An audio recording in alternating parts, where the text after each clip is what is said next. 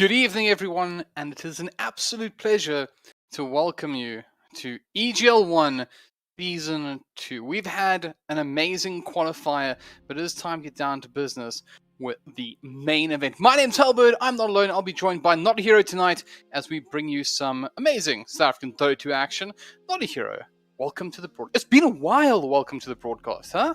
Yeah, you don't want me here anymore, so I have to creep my way in by the looks of it. You know, I've been saying, give me corny, don't like this, and, you know, just threw me back with notAhero. Terrible. No, of course. Yeah, you don't like being overshadowed, so...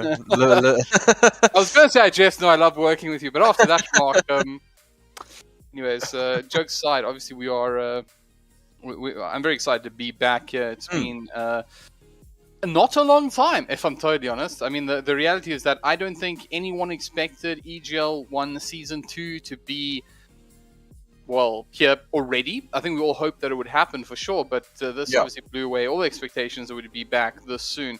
And of course, you know, there's a bit of magic in the air whenever there's EGL around, and tonight I'm sure we will have just as much magic again. notAhero, why don't you tell us who we're casting tonight? So it's going to be VDRXP versus Punx, which is quite an interesting one because in Season 1, this is the matchup that sent VDRXP home. They were playing under a different banner at the moment, but it's the same 5 players. But they definitely coming off a high, recently beating Aura Gaming 2-0. So they're going to want to take that momentum into this game, and Punx definitely one of the top teams in this tournament, but they have shown that they're not unbeatable. They lost out to Face It Boys, which is relatively you can say a pub team, but they play mainly in our league. So let's slow things down just a bit, because I want to talk a little bit about the VDRXP versus Aura matchup. I mean, obviously Aura, they recently, correct me if I'm wrong, but they recently got knocked down to the low bracket by White Rabbit Gaming. Is that correct? It's a bit of a revenge match because Aura was the ones that sent White Rabbit home in Season 1. So things are mixing up. It was a bit of magic in Season 1, how they beat WRG, but it seems WRG is back on track again. And yeah, but Aura Gaming also showing that they're no slouches. They're an up-and-coming team. They're getting a lot of momentum behind them, but WRG beating them, going down there. And then, yeah, VDRXP beating Aura. So I just want to say, I am a guru, and if you want to know all the results, all you have to do is ask me, because I predicted that, might I add. I predicted all of these results so far, and you know what? Face in WRG? What? You know what's really interesting about this as well is that although my predictions, I think all the predictions I've had so far have been correct, but all of mine for TI have been wrong, which is very painful, might I add. But jokes aside, obviously that revenge match spoke of very, very important for WG to, I think, start re-establishing themselves as a real force to be reckoned with. They obviously, again, haven't had the best run in the low bracket, but the story isn't about them tonight. But all the same, as you mentioned, this is a side that we were casting tonight that has taken a win off a team that has previously broken one of the legends. Yeah. So I think not a side to be messed around with. And they've actually taken games, not series, but games of Punx in the past as well. So this matchup could be quite interesting. And who knows if perhaps there's been a little bit of extra homework, a little bit of extra effort in the VDRXP side that's going to be putting them over that threshold. What's up, notAhero? You look like you want to say something. Also, the there's also the TI factor. Because new meta has come out now. Teams have kind of seen what the best players in the world are doing, what is working, what isn't working. We're seeing a lot of tempo in the game at the moment, like big team fights around 11, 12 minutes into the game. It's not that farm fest for 20 minutes anymore. It's get control of the map around 10, team with the biggest advantage goes for it. And all these players are watching TI, like all of us are watching TI. And how much of that is going to be influencing the EGL tournament going forward? I think you make a very fair point as well, is that I do think that we find ourselves in an interesting position because recently there's been this kind of like change. I think, yeah, as you mentioned, the momentum in which Dota is played in is a lot faster. We rarely see teams being punished. And the first time I noticed this was, in fact, in TI when I saw that OG had decided to go and start raxing at about 18 minutes or something. And it wasn't that it was weird. They were in a position where they actually were able to take a tier 3 tower very early on. But you could even see the behavior of the players they were playing against at the time were totally confused. They were like, what's going on? Like, why are you still here? You've got your objective. You're supposed to go away now. But they weren't going away. They were playing towards the end goal. The 10, 14-minute runes are extremely important because we've seen 10, 12, 14-minute runes. The moment double damage spawns on Roche side, which has happened way more often than I would like. Teams just go Roche 40 minutes into the game. Like, okay, we've got a TA. Let's just run into the Roche pit, grab this double damage, and take Roche 40 minutes into the game. And lower skill games, 40 minutes in, people are still laning. So, they're still buying items. This is South African Dota. We like things nice and slow. Now, the honest truth is, I don't think we do. I think South African Dota probably favors this fast aggression. Yeah, no? I agree. Oh, you agree? No, I agree. I 100% agree. Like, oh no. We've had signature, like our signature carry players in the past were like heavy farmers, but I think the teams that are finding a lot of success are teams that are the carry kind of. He sacrifices a bit of his farm to secure map control on the map for his team. So that's why Tiny is so strong at the moment, because Tiny is this hero that he creates space just by hitting your buildings. Because if you leave Tiny to hit your buildings 5 times, the building is gone. So people intend to react towards, oh, Tiny is getting close to our tower. And then that's creating like this entire movement on the map, and it's creating additional space. And yeah, it's just teams that are playing faster win. So which team is going to play faster tonight? Agreed. I think that the speed at which teams are playing is a lot faster. And I also think the way that's being played is worth mentioning. It's something that I've seen a lot more of is just this kind of these bully tactics, right? Like you see, especially with like the tanky kind of offlaners that we're seeing at the moment, so the likes of the Tidehunter in particular, they just don't go away. I mean, I think ironically one of the sides that were knocked out, which was Elephant and TI, their offlaner would just, once you commit to a fight, there was no... there's almost this give and take that normally happens in team fights where players kind of probe each other for a bit, they back off, probe each other, and now you just see these tanky offlaners just like beelining it directly at. Well, look at the Shaker offlanes. Like Shaker's entire role as in 3 at the moment is, I'm going to echo slam the core. It doesn't have to be a great echo slam. I'm going to echo slam the core. I'm going to fissure, enchant totem, and then I'm probably going to die, but my job's been done. Yeah, 100%. We go. Agreed. It's very interesting as well. I think that's a very fair point as well, is that gone are the days. I think a Disruptor is probably the hero that originally kind of, it went from being this team fight hero to this big AoE, doesn't matter. It's only meant for one hero. We saw Disruptor kind of start doing that in the past. Now it does feel like it's any hero. Like Sand Kings, Earthshakers, Tidehunters, they will one-man ravage you. Like, you're no longer safe from the Epicenter or the Echo Slam or the Ravage just because you're alone. They'll commit. If you have numbers 1, 2, or 3 next to your name in the lineup, you're in trouble. And I think that's great because it also means that we play much faster. We see teams waiting around a lot less for the likes of Ravage to come off cooldown, for example. And it's also obviously leaning towards players picking heroes that are not cooldown reliant. So we're not seeing any Enigmas. We get a sharp black hole very much these days. But at the very least, we do get to watch some quick aggressive Dota, which is a lot of fun, right? Let's chat about these teams quickly because everyone's in draft. But I just want to give a mention quickly. Like on the side of VDROP, I've seen this BNA lad in pubs quite a bit. And every time that he's against me, like I'm like, oh, now I have to try hard. Like this is going to be a hard game, and he's a big up and coming player. I think he's got a lot of potential. If he has a good game, I think VDROP has a good chance to cause an upset here. But then on the side of Punx Gaming, his opposite player, FICO Damage, has taken his entire game to another level. FICO Damage has always been in the scene, and I've always rated him as a good Dota player, but now I'm starting to rate him as a great Dota player. He's really come into his own. They've also added Astra to their lineup playing offlane. It's a player that's been trying really hard to get into a big team, and now he's gotten his chance.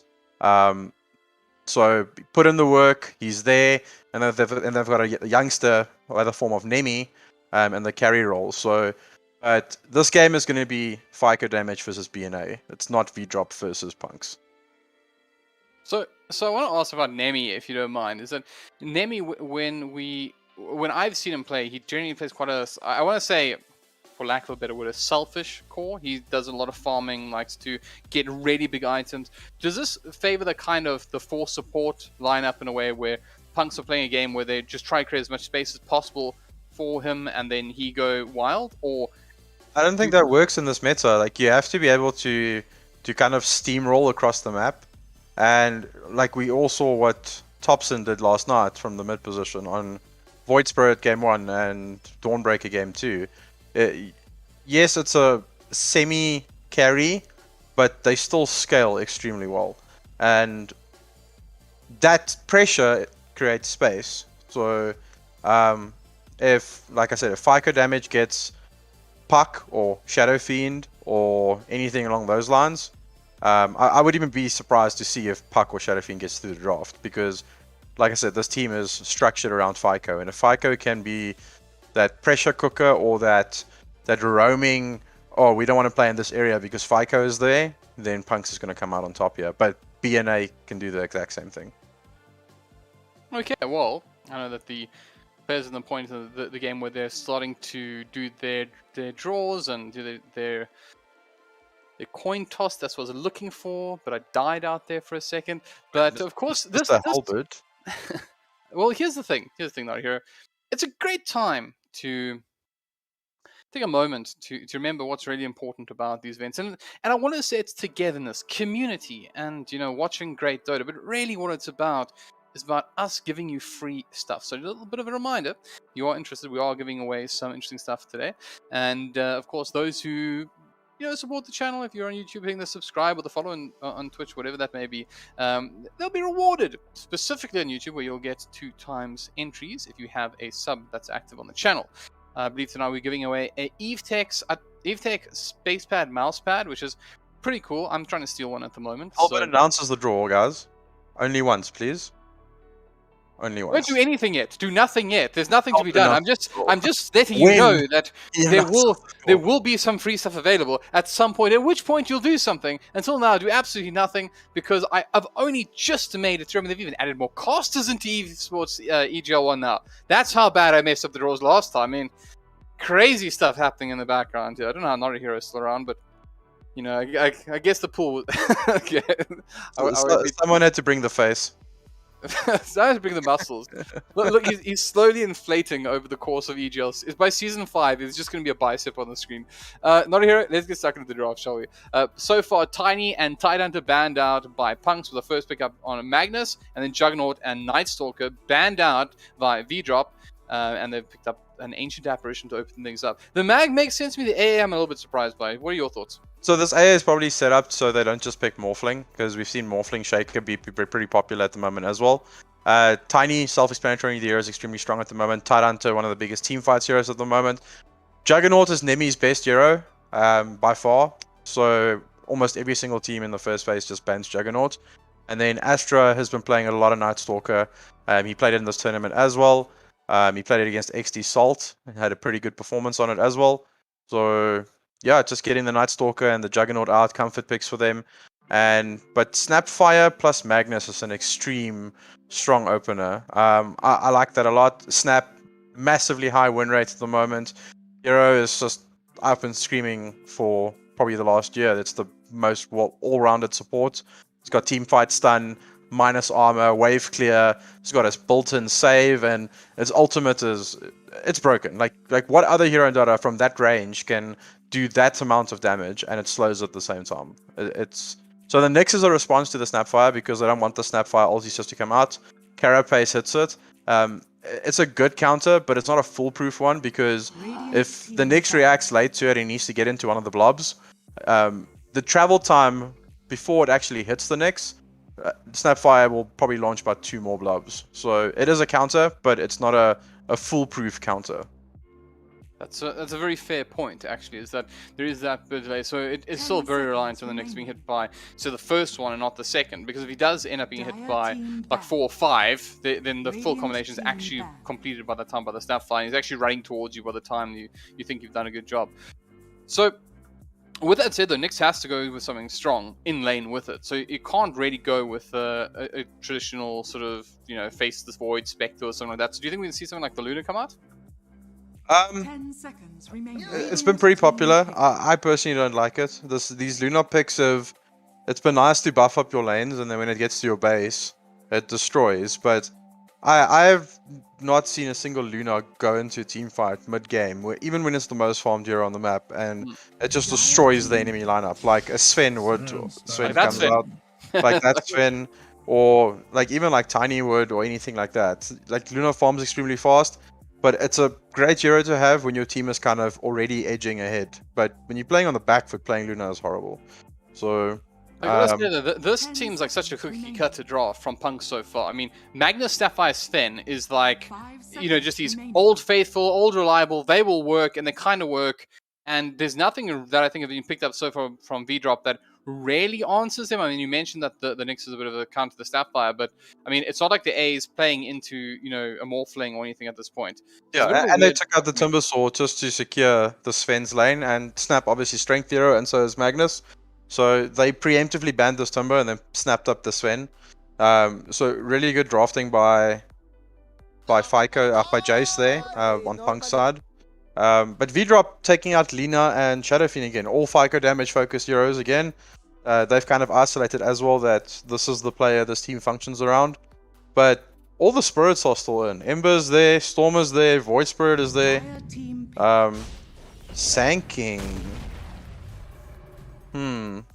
Sanking's great at the moment. I will say this much. I really like Sanking.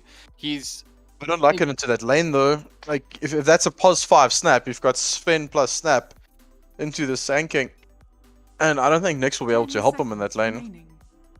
They're not killing though, put it that way. Well, this is the thing. I personally don't think Sanking is in a position where he needs to kill heroes at the moment. It's why he needs to delay pushes. I mean, that's one of the old strengths of Sanking, was just to go high levels in Sandstorm, defend your safe lane tower at the point of the lane swap. And that's when Sanking does very well. Letting Sven have a early like mom, and then he just leaves the lane for support to get level 6 is not... It's not ideal. And I like the Sanking pick, I don't disagree with you, but having Nyx plus Sanking, I would like a different support if that's going to be. These can't lane together. In my mind, what you have to do. They're going to. No, that would be a horrible mistake. You have the Sanking as your 3. You have Ancient Apparition as your 4 position protecting. Or AA? No. It's got to be. It's got to be, because you cannot do Nyx and Sanking. There's way too much wrong with this thing. There's a simple law in Dota. There's a simple law. If they both do the spiky thing, both do the spiky lift up thing, don't put them together. So Sanking, Nyx, and line. They don't work in a lane together. Don't try it. It will fail you. Go. VDROP is kind of messed up here though, because picking an AA so early and then not banning any of the spirits. I had a conversation with Adestam about a year ago, and he was like, when people pick AA, we're just going to pick Storm. And Storm with Orca just kills AA in one combo. That's literally his entire job. Okay, well, there's Storm Spirit, there's AA, Zap, Orchid, AA is dead, there's no Ice Blast, there's no nothing. So, I guess Nyx is pretty good with the mana burn against the hero, but Ember Spirit functions in the same way, and so does Void Spirit. So, both those heroes pretty good against Clinks as well. I won't be surprised if they pick up Void Spirit for FICO, yeah. Is it not possibly a mid-Sanking then? I mean, because again, I don't think that you can lane Nyx and Sanking together. I think it's a horrible lane. You're gonna have to. so it can't happen out here. So it's got to be. You have to. You got to have the 4 Ancient Apparition, man. That's what's gonna. No, that sounds even worse. Okay, then put the Sanking mid, but we're not. It's not allowed, right? You can't do the spiky friends together. They don't work nicely in lane together. It's just. So they put Sanking mid, then what do you do with this next lane? If you go back to like an old school counter like Darkseer next lane, then you've kind of got a wonky draft. Like, yes, you can do like vacuums into stuns, but the moment like any form of a BKB comes out, you've got no damage. And Clinks needs time, so they're gonna lane this Nyx and Sanking together, and they're not allowed to. It's gonna be Clinks, Nyx, Sanking AA, and then a mid. I really like Ember Spirit against Magnus though. Like a good Ember can like dodge RPs. So what is your is it just around that, or is there another? I mean, this is good here though. No, well, Magnus doesn't like being like stuck, and if you can like hit him with chains and fights, and Slider first just to like cancel blinks, it's really annoying. So I like Ember, but they didn't ban Storm Spirit, so if VDROP picks Ember here, Punx is just going to do Storm, because then it counters the Ember plus the AA, which is 10 seconds remaining. Pretty terrifying. This Bane pick is interesting, because there's a lot to cancel at the moment. Like, you've got Sanking, you've got Nyx. So I guess BKB the lane, right? But they already had one with the Magnus, so maybe this was just a little bit too paint by numbers. Bane is strong at the moment. I think he's pretty. Let's see, there's the Ember ban. They just don't want to play against it because it's pretty good against. Like, it can stay away from Sven. It can like mess with the Magnus. It can blow the Bane up if it has like a proper combo on him. So getting their Ember out. Like, I'm surprised that none of these spirits have been picked up like so far, especially by VDROP because they don't have last pick. Now they kind of have to look at like Void or Storm, and if you pick Void, they're just gonna pick Storm when your game's over. So rough one. Radiant team. Let's see what happens. Yeah, Punx should pick Storm Spirit now. They like it's a great Storm game, except for like obviously Nyx Assassin being there, but it kills AA. It can kill Clinks early on. It completely destroys Void Spirit's lane. 10 seconds I don't know if it's a FICO damage hero though. Oh, there we go. Storm Spirit. Think about my man. I mean, this is why we pay the big bucks. We don't, but why we would. So I think this was I know Punx had second pick, and that's obviously a big advantage at the moment. But they definitely outdrafted VDROP here. Yeah, I gotta say honestly, that's a go back to. I really do think notAhero, your ability to call these things is pretty great. The only thing that concerns me about that is that then it sounds to me like we are in fact going to have a Sand King Nyx Assassin lane. But I will say this much: I actually think that Nyx and Clinks could work together because again, my whole law for when you pick a Nyx is that you have to have a really powerful. Your Nyx still has to be the 4 though, even if he goes to the safe lane. Like you cannot have like a. I guess notAhero does it, but other than that, like Nyx as a 5 is pretty iffy, eh? Yeah, look, I think the problem with Nyx as well in that position is that he wants to get mobile, right? Like he wants to go and gang. He doesn't want to actually sit in lane. He doesn't offer a huge amount in lane. But maybe that's why Clinks could work with it, because Clinks does survive a little bit. I mean, the problem about this, they have a lot of lockdown as well on Punx, right? Like they have just every single one of these lanes has a fair amount of control in that lane. I mean, obviously, wherever Bane goes, you have a problem. Sven is also very capable. The Snapfire, because I'm guessing this is probably like a 3 and 4 mag and snap, right? With a 1 and 5. Yeah, it's definitely a 4 snap and then the Bane. Yeah. Jace was, I think he used to be their 4 player, but he's moved to 5 recently, and they've moved Nibbling Monkey to 4. So I was going to say that it's a horrible lane to play against because you get hit by the cookie with the mag opposed to like a creep, and it skews you all the way back. And for something like a Clink, so that is into a dust. Yeah, mag strength at the moment is the repositioning tool. Like with the Horn Toss combo, just always guaranteeing like a blink Horn Toss into a skewer with the skewer range talent.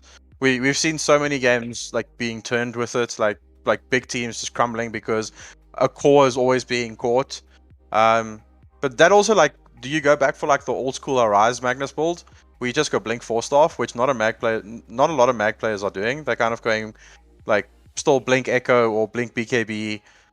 We even saw Seb get like a Greaves on the hero, but he was playing against a silencer, so multiple factors to item builds at the moment. But that's also why the hero is strong. I like 4-staff this game on the mag. Like if he just goes blink 4-staff into like Horn Toss with the shard, I think you've got this extreme mobile hero that can always just reposition people. Look, I think personally, I would have noticed, particularly with the pro players at the very least, is that they use Shockwave as like a mini Horn Toss, right? They use the Shockwave at melee range to position So but that's also why BSJ completely lost his mind when Horn Toss came into the game, because good Magnus players would always hit like Shockwaves into skewers. Yeah. And now it's just, okay, I'm going to press a button that stuns someone, and then I could just skewer him. So don't be mean to Horn Toss. But yeah, I think from the offlane, the one thing I would prefer to see, especially against things like the A, there's a fair amount of like magic damage on the likes of the SK. It's just like a very, very early BKB. Just like get into their faces, find themselves in a position where they can just ignore many of these mechanics. So maybe something like... also go like Hood of Defiance into Blink Dagger. I don't think that's a horrible build. Yeah. So, well, that'd be fine with it. Just anything that keeps them protected from things like Sandstorm, things like A's, Cold Feet, like all these kind of annoying things are going to make his life difficult. But anyway. And the mag has got a Ring of Regen queued up immediately, so that's telling me he's going Hood. Fair enough. In fact, this build is generally the Soul Ring into... And that's... Oh, he could be going Brace, actually. No, I think he's going Brace. He's got a Ring of Health queued up. For sure, but... Ring of Health. Not Ring of Regen, HellbirD. Yeah. This is. He's been watching my puppies. The program, man. I'm an offlaner. He's been watching my puppies. You're welcome, Astra. Like this is what I do. When I go for Soul Ring, I also pick up a very early Ring of Health because it just Means you can build, just soul. to build into your Soul Ring. No, it's just that you can Soul Ring like mad. There is only Soul Ring. You Soul Ring just because you feel like it. You know, it's just. But no offense, hey, but if he was watching your puppies, it's probably to see what not to do. you know. Have you noticed, sir? I've won the last 4 of my puppies in a row. So how bad could it be? Anyways. Okay. Okay, so mid lane, you mentioned that the Storm Spirit has the edge here. No, not even the edge. Like this is one-sided. Like, Okay. like he's already got 7 CS, Void Spirit on 4. I know he's got a creep wave in his face at the moment, but if FICO plays this correctly, this Void Spirit is not gonna have a good time. About that, he's having a hard time. Yeah. Like, I love the build as well. Level 2 Electric Vortex, just to constantly harass him with the Static Remnant. But then when Overload comes out, it's gonna get even worse. Like this is still okay. He doesn't have Overload. Let me get as much out of the lane as I can. It's not gonna be fun. And look, there's another problem as well. Bottom lane, Shazo could be your first blood here. Very, very low. Nemi tried to finish the job. 1 more hit required. It'll be there from Jace. He finishes things off. First blood, ladies and gentlemen. And you know why that happened? You know why that happened? It's both the up-down stuns. See? I thought you were gonna say because it's a Nyx and a Sand King landing together, but okay. Exactly, they're the up-down stuns. If you do not put the up-down or the down-up, I don't know. That's up-down. Yeah, they knock them up in the air first. Just don't do it. Yeah, but they come from the ground though. Yeah, I know, but the hero goes up and then it goes down. Yeah, but doesn't the hero take it from up and put it into the ground and then it comes up? You know, I think we're talking about the victim versus the perpetrator here. Okay, so both work. Is that what we why not? Why not? It's all about okay. perspective. It's different sides of the same coin. Anyways, with that said, though, I genuinely don't like this lane. What I also don't like about it as well, mind you, is that I know why Shazo is doing what he's doing. He's gone for the early level and caustic finale, but the problem is that that's cute that you think you're gonna bully Nemi Sven. You ain't. Look at this. That's Bane. Like, how do you bully a Bane? No, he's going to deny every creep, my man. Look at the difference between the damage that Sven does and the Sand King does, right? So the caustic finale is never going to proc because Nemi's going to do this. Or this time he's going to give it up. But he's going to deny every single time that he's scared of it, right? And, of course, what happens with caustic finale when it gets denied? Well, ladies and gentlemen, it gets paused. It gets paused. That's what happens. Ancient Apparition tilts and he leaves the game. There you go. He's like, guys, why do we have an up-down lane? That's what's going on here. You can't have the up-down lane out here. But look, the up-down lane is not going to be a thing. It's not going to be a thing. No, it's not going to be a thing. It is a thing. They've done it, notAhero. What are you talking? But it's a problem. Let's not make this a thing. But I mean, the term up-down, it's definitely not going It's to already be. trending on Twitter. Check it out. But the thing about this is that what genuinely I don't like is that I think if he had gone for like a high level in Sandstorm, like 1-2-2, then he has the stun to kind of annoy the Sven. But more importantly, he can actually make Sven's life a little bit more challenging. And it also puts more pressure on the Bane, right? Because think about this. This Bane has no issue in the world right now. Flying out, regen, just being like all he needs is mana regen, right? Because he's brain sap his way back. But at least if you were going Sandstorm, you can force a situation where he's forced to get sentry wards, which are expensive. And you actually have the advantage in these kind of lanes, because you can force the creep wave back onto the tower. So with Sandstorm, I agree with what you're saying, but the problem is they're not going to win this lane, regardless of what skill build is going. Because then it becomes a sentry war, and if you lose a sentry war, then you're kind of still stuck in the same problem. Sand King literally needs to itemize at the moment so he can jungle effectively. Like that's what he needs to do, yeah? I won't be surprised to see if he puts another level of Acoustic Finale next, and then starts leveling Sandstorm and leaves a stun at level 1. So I've never been a fan of that, because I kind of felt if you're a Sand King player, like you kind of pick this hero to either be annoying with stun and Sandstorm, or you pick it to bully with stun and Acoustic. So, but at the moment he just needs to be able to maximize his farm. But what's good here, though? I mean, that's the thing, is that, like, ignore the lane for a second, right? At some point he leaves the lane, right? So what does he want at that point? I mean, I'm genuinely asking, like, does he want to be in a position where he's got, like, high levels in Sandstorm and Stun, or does he want the extra levels in Caustic? They do have a Void Spirit, which from 6 minutes onwards, if he gets the proper rune, they can probably gank the Sven if you have high levels of Stun. And that's also another way to look at it. So I don't know. He just, like I said, he just needs to maximize his farm at the moment. This Nyx, okay, he's taken a level of mana burn, which is great. That's kind of how they salvage the lane. I think we're looking at this from the wrong perspective. You need to look from the Nyx's perspective, not the Sand King's.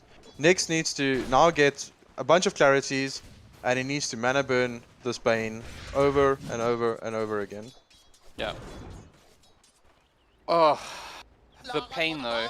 Like The up-down lane, dude. the up down. I mean, here it goes.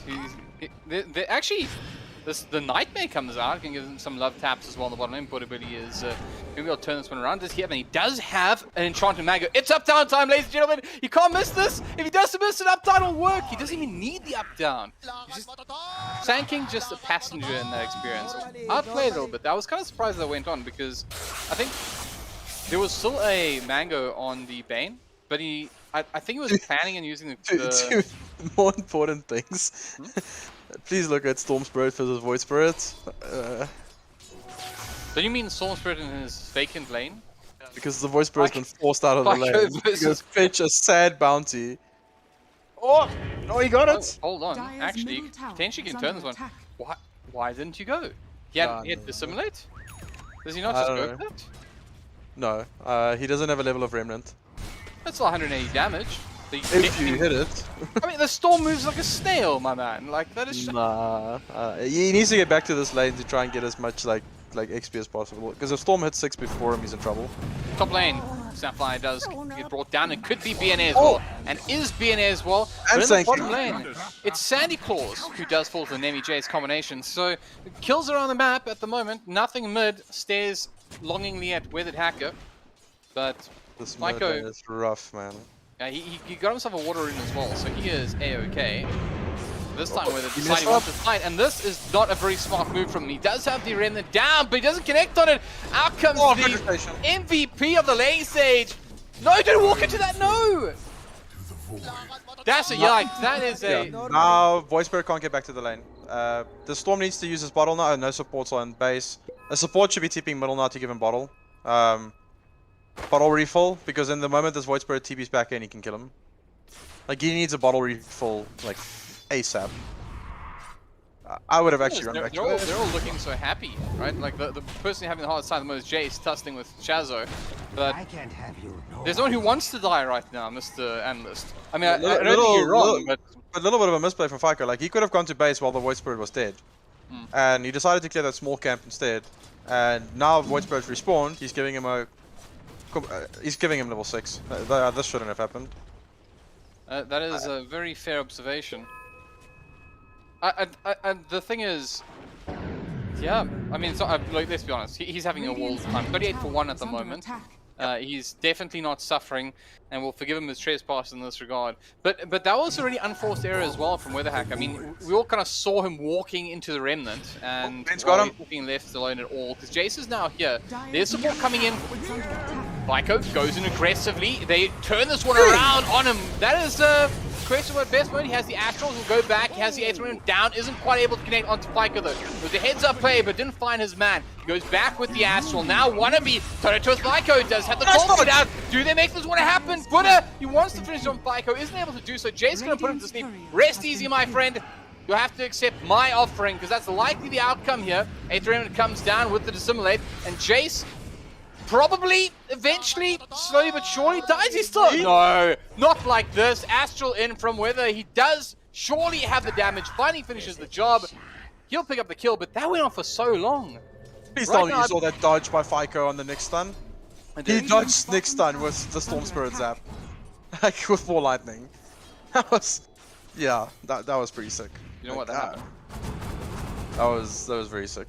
Like, Nyx tried to stun him and he just Ball Lightning dodged it. I'm like, okay. Like, life's good for Storm Spirit at the moment. That's a feels good moment as well. Like, he's gonna feel so good about that. It's like, that's literally where you like tell your team, like, guys, do you see that? Like, yeah. And Bane TV's meant to refill his bottle. Like, pretty good. He's doubling up the CS though, eh? Void Spirit only on 27 CS, Storm was on 57. The net worth is a problem, as bottom lane, Shazo tries to get some extra damage on Nemi. He actually popped the God Strength, not too sure what he is looking for. Maybe he was keen to try kill Sanking, but he's going to have to go and farm instead. But farming, they're doing very well at the moment. Sven, Magnus, Storm, top 3 spots in the game. That feels good, as long as you are a Punx supporter or fan or player. Yeah, and this Klink's lane hasn't really paid off for them. Klink's AA, no real stuns, no real like disengage. Both died a few times. Oh, talking about dying face. Caught out here. Will get stunned up as well. This time, but it makes no mistake. The cold feet will be there, but the sleep! Jace, you beauty! Nightmares himself gets the cookie support as well. No! No, BNA not allowed to. BNA messed up the simulate there. You didn't hit him. Radiant's bottom tower Was is he- under attack. I mean, to be fair, I'm still going on the fact that he seemed to have juked cold feet with his nightmare, which was pretty cool. Pretty cool. Yeah, Cool. Making the plays, man. I saw it. That is why they picked Bane HellbirD for. That sole purpose in this game is to juke. You have cold casters screaming about sleeping people. Only in Dota 2, folks. feet. Only in Dota 2. Butter Billy is in trouble though. He's only level 3 on this Nyx. And he's been good, right? Like, it almost feels like this is something you want to give some space into the map because he's probably the top performer from VDROP so far. Yeah, they just kind of need to, like, the game has slowed down a bit, which is pretty concerning for the side of VDROP, because the moment Mid lane, Fyco trying to bring down Weatherhack again. He does have the haste rune up. This is a challenging kill. He's not going to commit to it. Spirit is struggling. Yeah, it's not often you see your mid laner, what, 5th on net worth? I mean, all around the board. Yeah, the thing is, like, Klinks I'm not too concerned about. The moment Klinks gets this Maelstrom up, which he's rushing by the way, nothing else. No boots, no nothing. Just going straight Maelstrom on the Klinks. Has it? Then his farm is going to accelerate. Like, he's going to get farm regardless. The concern I have is for Sand King, which has max Sandstorm now. So he's nowhere near kill ready. Like, his stun does 100 damage level 1. So, and he's almost like what, 1,800 gold off Blink, 1,600 gold off Blink. Oh, and a regen rune for Fyco. Storm Spirit with regen. Yeah, that's going to be handy. He actually has popped it, so it doesn't look like he's going to use it too aggressively unless he's... I think he's using it to farm. They have all the neutrals up, I didn't actually check, but the pig fall up on the Storm Spirit. Mags with the chip there. Bane has nothing yet, so at least one missing. Trusty Shovel on the Snapfire, and Sven is with the Broom. They have actually beautiful neutrals for them so far. Obviously, a big pull would probably better be a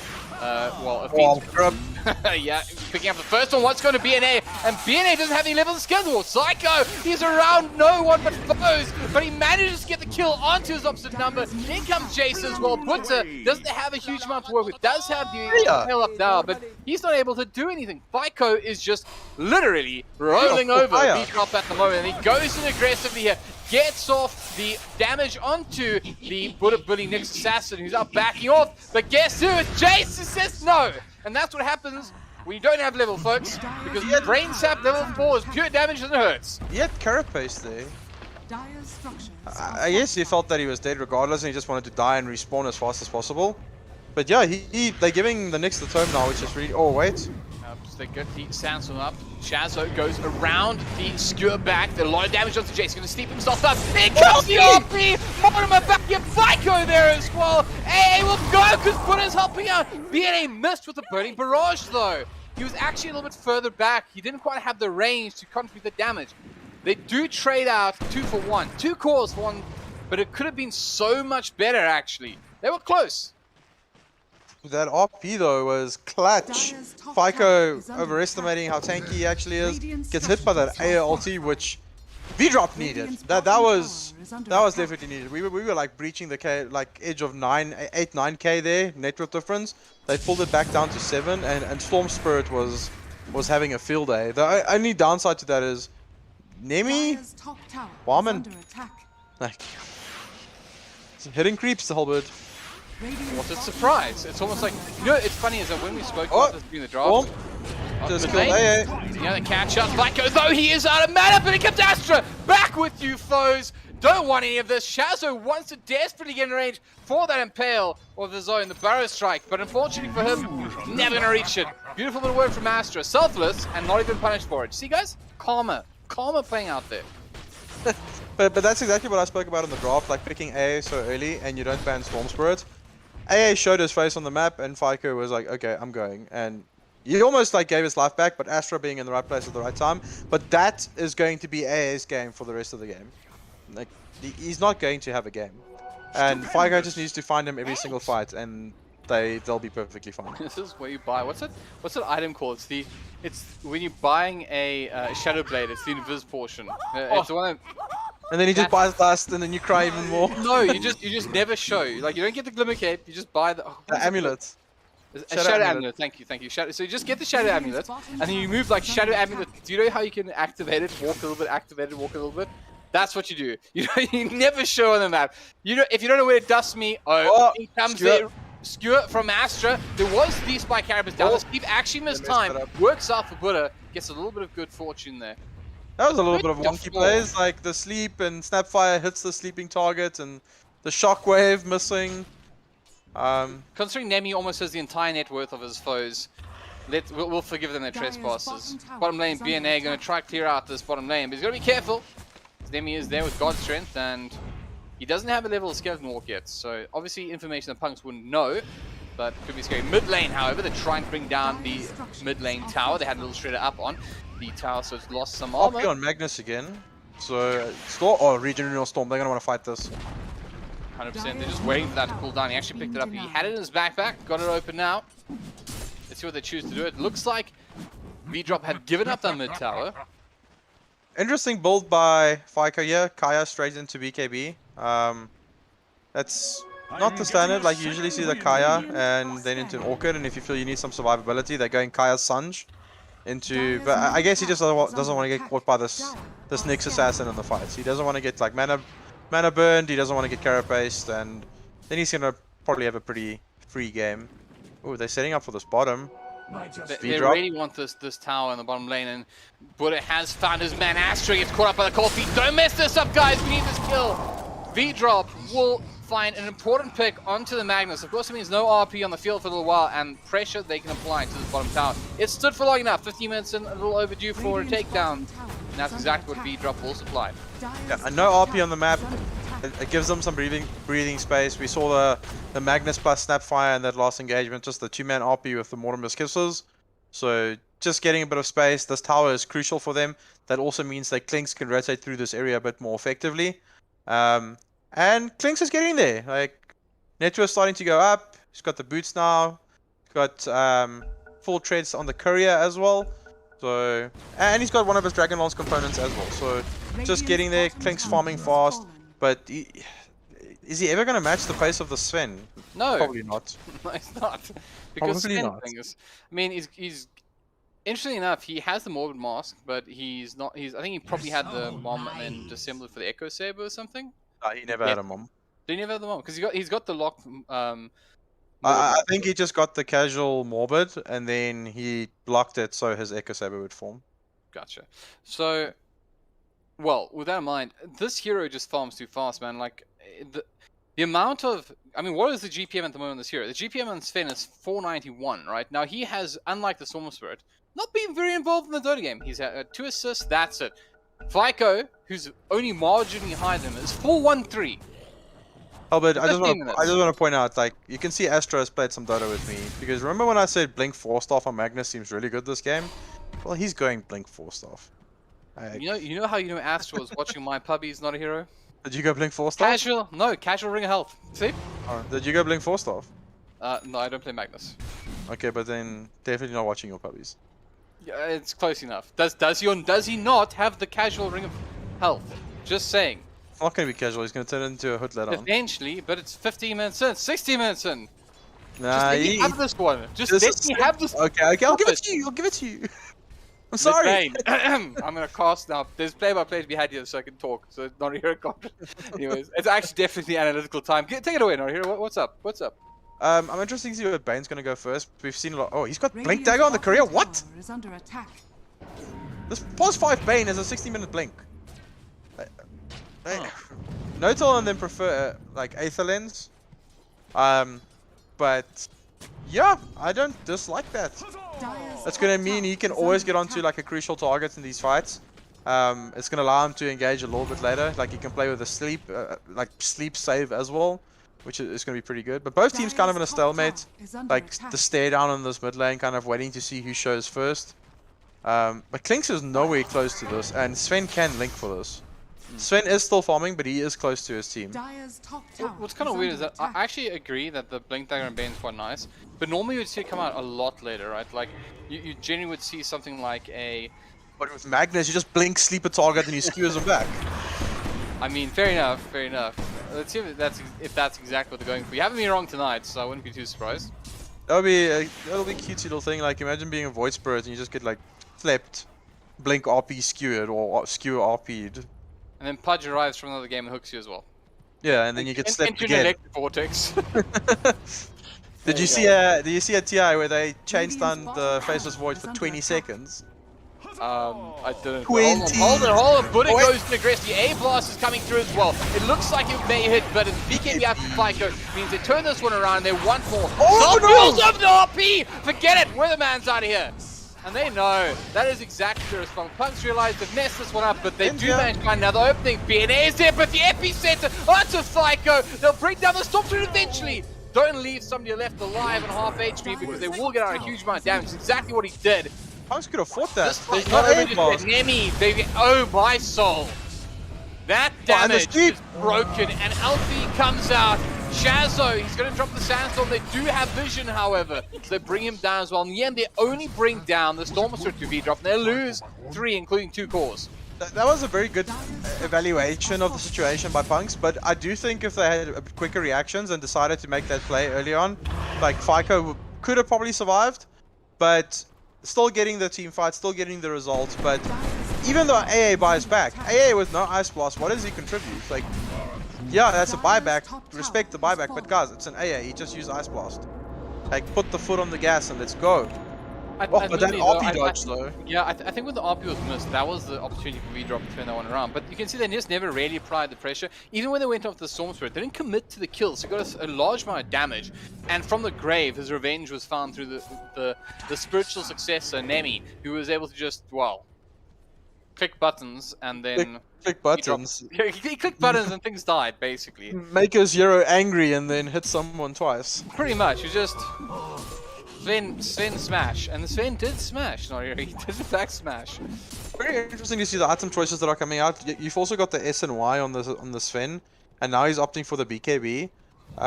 If your item choice was going to be BKB, I don't think you finish the S and Y. Just go like a casual Crystallis, which you can turn into a Silver's Edge or a Daedalus later on, depending on what the game's like.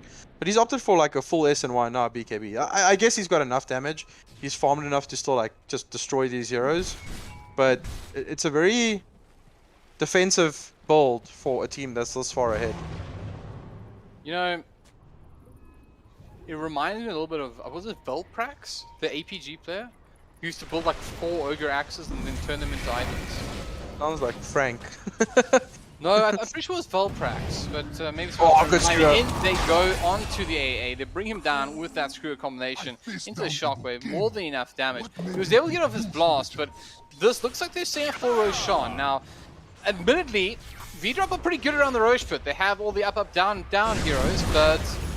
Not AA blast.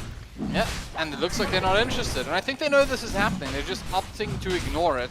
Bottom lane, where the hacker pushing out the bottom lane. Klinx is closing the gap though, eh?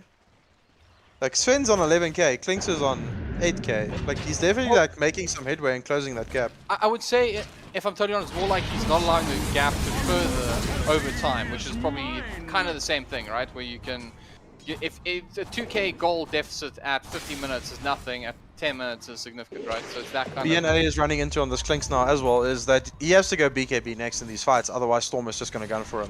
But in this type of situation as a Klinx, you want maximum amount of damage. Like I said, BNA, but he's got support! In comes the Void Spirit, and the backlight Buddha's doing work as well! The AA ulti will hit into a couple. Void Spirit now on the run, because you realize that FlyCo is bouncing around, dancing around. They're trying to bring him down. In comes the support. Jace is there too. They haven't quite been able to finish the deal on anyone just yet.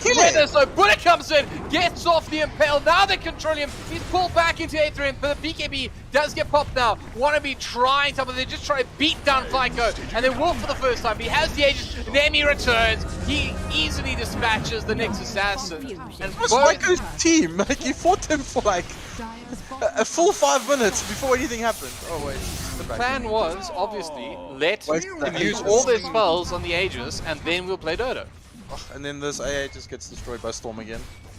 Take a look at the fight recap.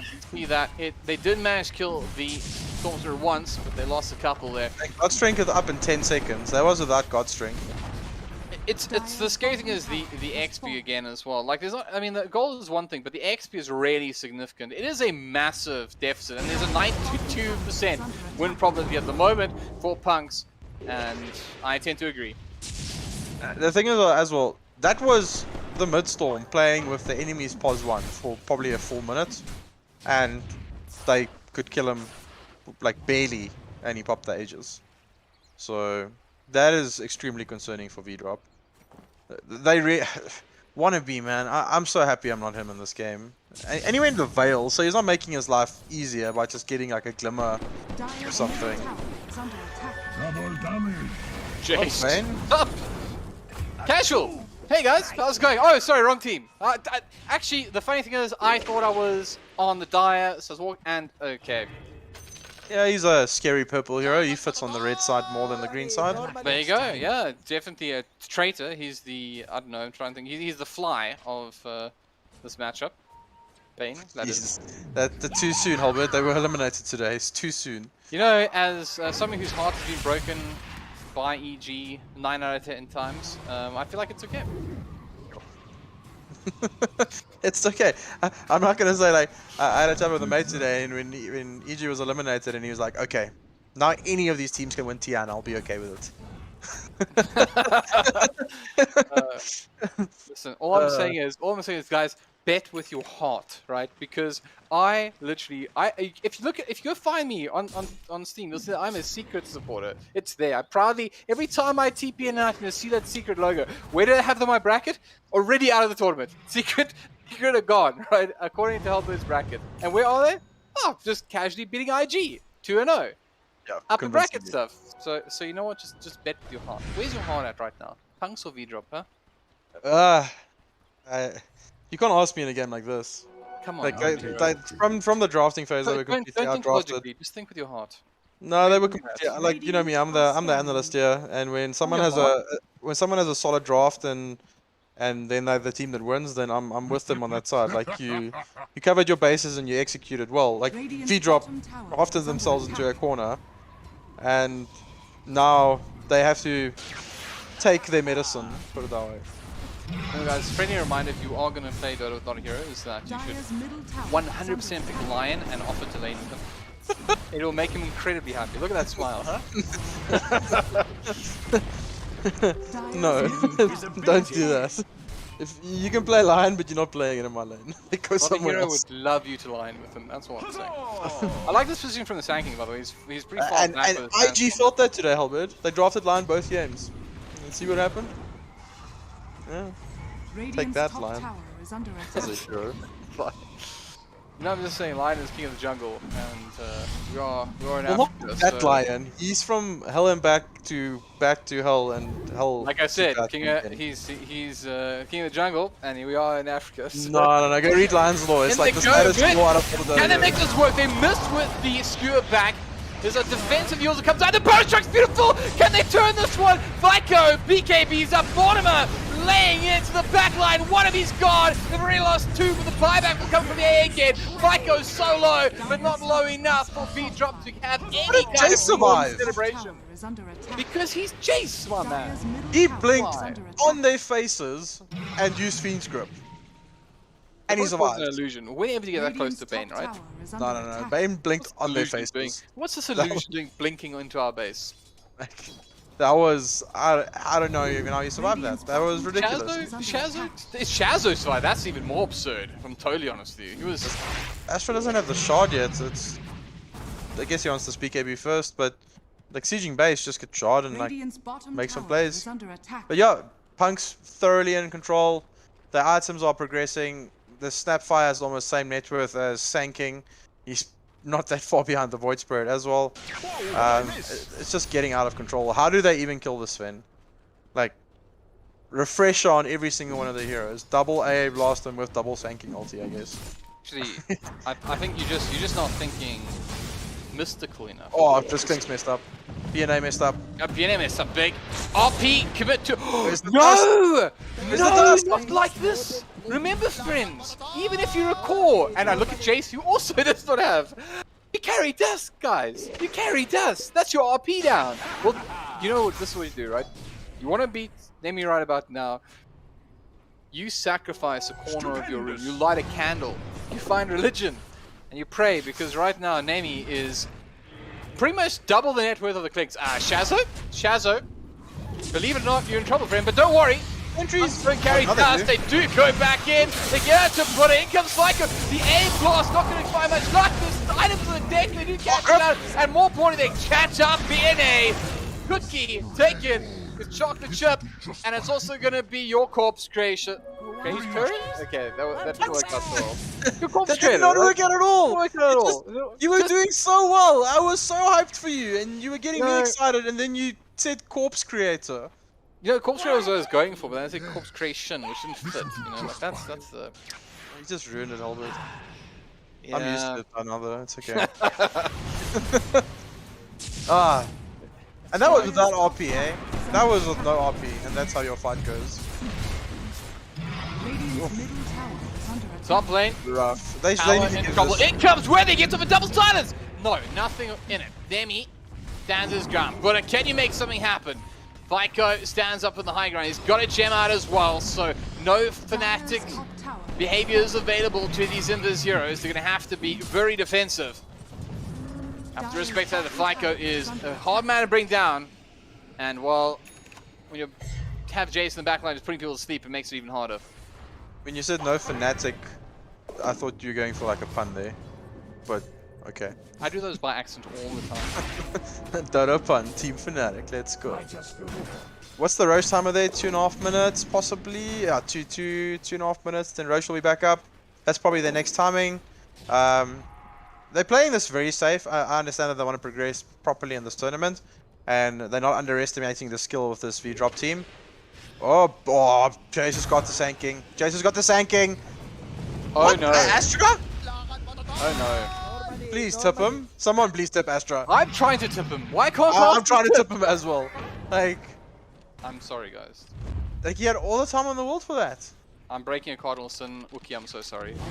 And you know why Astra did that, HellbirD? It's because he watched your puppies. Thank you, Jace. Oh, there we go. See, you're not supposed to, as casters, I broke a cardinal sin here, but every now and then, guys, you gotta give me a 1, right? Oh, they got the sanking on the storm. But I mean, do they though? Oh yeah, they got the sanking, all right. The sanking on the storm. I got excited. They got all of the sanking in that time. Shazo, I tell you what, he enjoyed that one. You let me live, and I'll take from you something that you love. In this case, the storm spread. Nibbling monkey needs to get out of here. They smoked up immediately. There's no storm spread for this. I like this a lot. This is playing to win. 5-2 win to the end. Death of Nibbling Monkey. He's not moving. Okay, finish the job, please. No Astra moments now, guys. Come on. And Roche is up in 1 minute. Both these here will be back by then. That's unfortunate for the side of V-drop. Literally could have, if the Roche timer was earlier, then with those 2 picks, they could have gone and roached. Oh, looks like he doesn't care.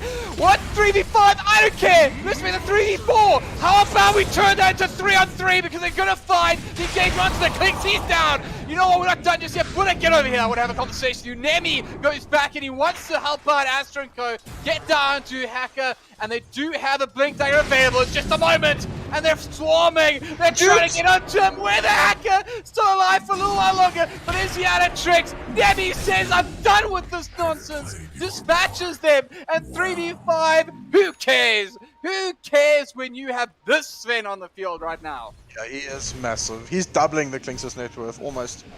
Oh, but is he going to hit the skewer this time? No. No skewer required. Fico is not letting that happen again. Still love you, Astra. Just giving you still stick. That ring of health there, just actually pointing it out. It's a lucky charm at this point. I don't think he's going to be able to turn it into anything. This is something on the way, but this looks like it's pretty much done and dusted. V-drop. Gonna lose game 1 here by the looks of things. Maybe one final stand. They still have the Epi. They still have Buddha. They had Buddha. Epi being wound up, and Chaz realizes it's a trap. He backs off with the burrow. BNA starts to lay into Astra, but guess what? It's objective gaming. The Scorpion King pulled back. They are going to BKB up Astra. He stands his ground. In comes Weather. They do pop the smoke as well. The dust, excuse me. They do have it this time. Objectives, though. Nemi's got God Strength in 15 seconds. Oh, will it count? Self-fuels used there. Weather Hacker going to dissimulate as well. They've lost 2 sets of racks. In comes the Epi. It does get on top of Nibbling, but this is not enough. They turn down the Snapfire. Mortimer wants to have a conversation with him. He backs up into him. But they're still quite fighting fit at the moment. 5 up. V-Drop lose 2 of their racks, and well, Roshan is now up. So what's the call, Punx? Will you be sensible? No! Because we have God Strength, and then he goes in, deletes one. They're all gone out! They're all together! And they're all gonna die together. Ladies and gentlemen, we are going into game 2 because Punx just demolished V-Drop here, courtesy of an Aghanim and a beautiful initiation. Woo, you gotta love it. Still an RP available. On who? Jace just blinks in and sleeps someone, and they go, okay, cool, go. Jace has become the initiator on this Bane with sleep. Think BKB. The GG is now called. And I tell you what, it was fun. It was actually a really fun game. Of course, sad to say that Punx were way too dominant for my liking, if I'm totally honest. I want to see a closer affair here. And I think V-Drop have more in them, so hopefully game 2 won't quite be the same affair. But alright, notAhero. No, this is your favorite part of the Dota game. What happened? Break it down for us.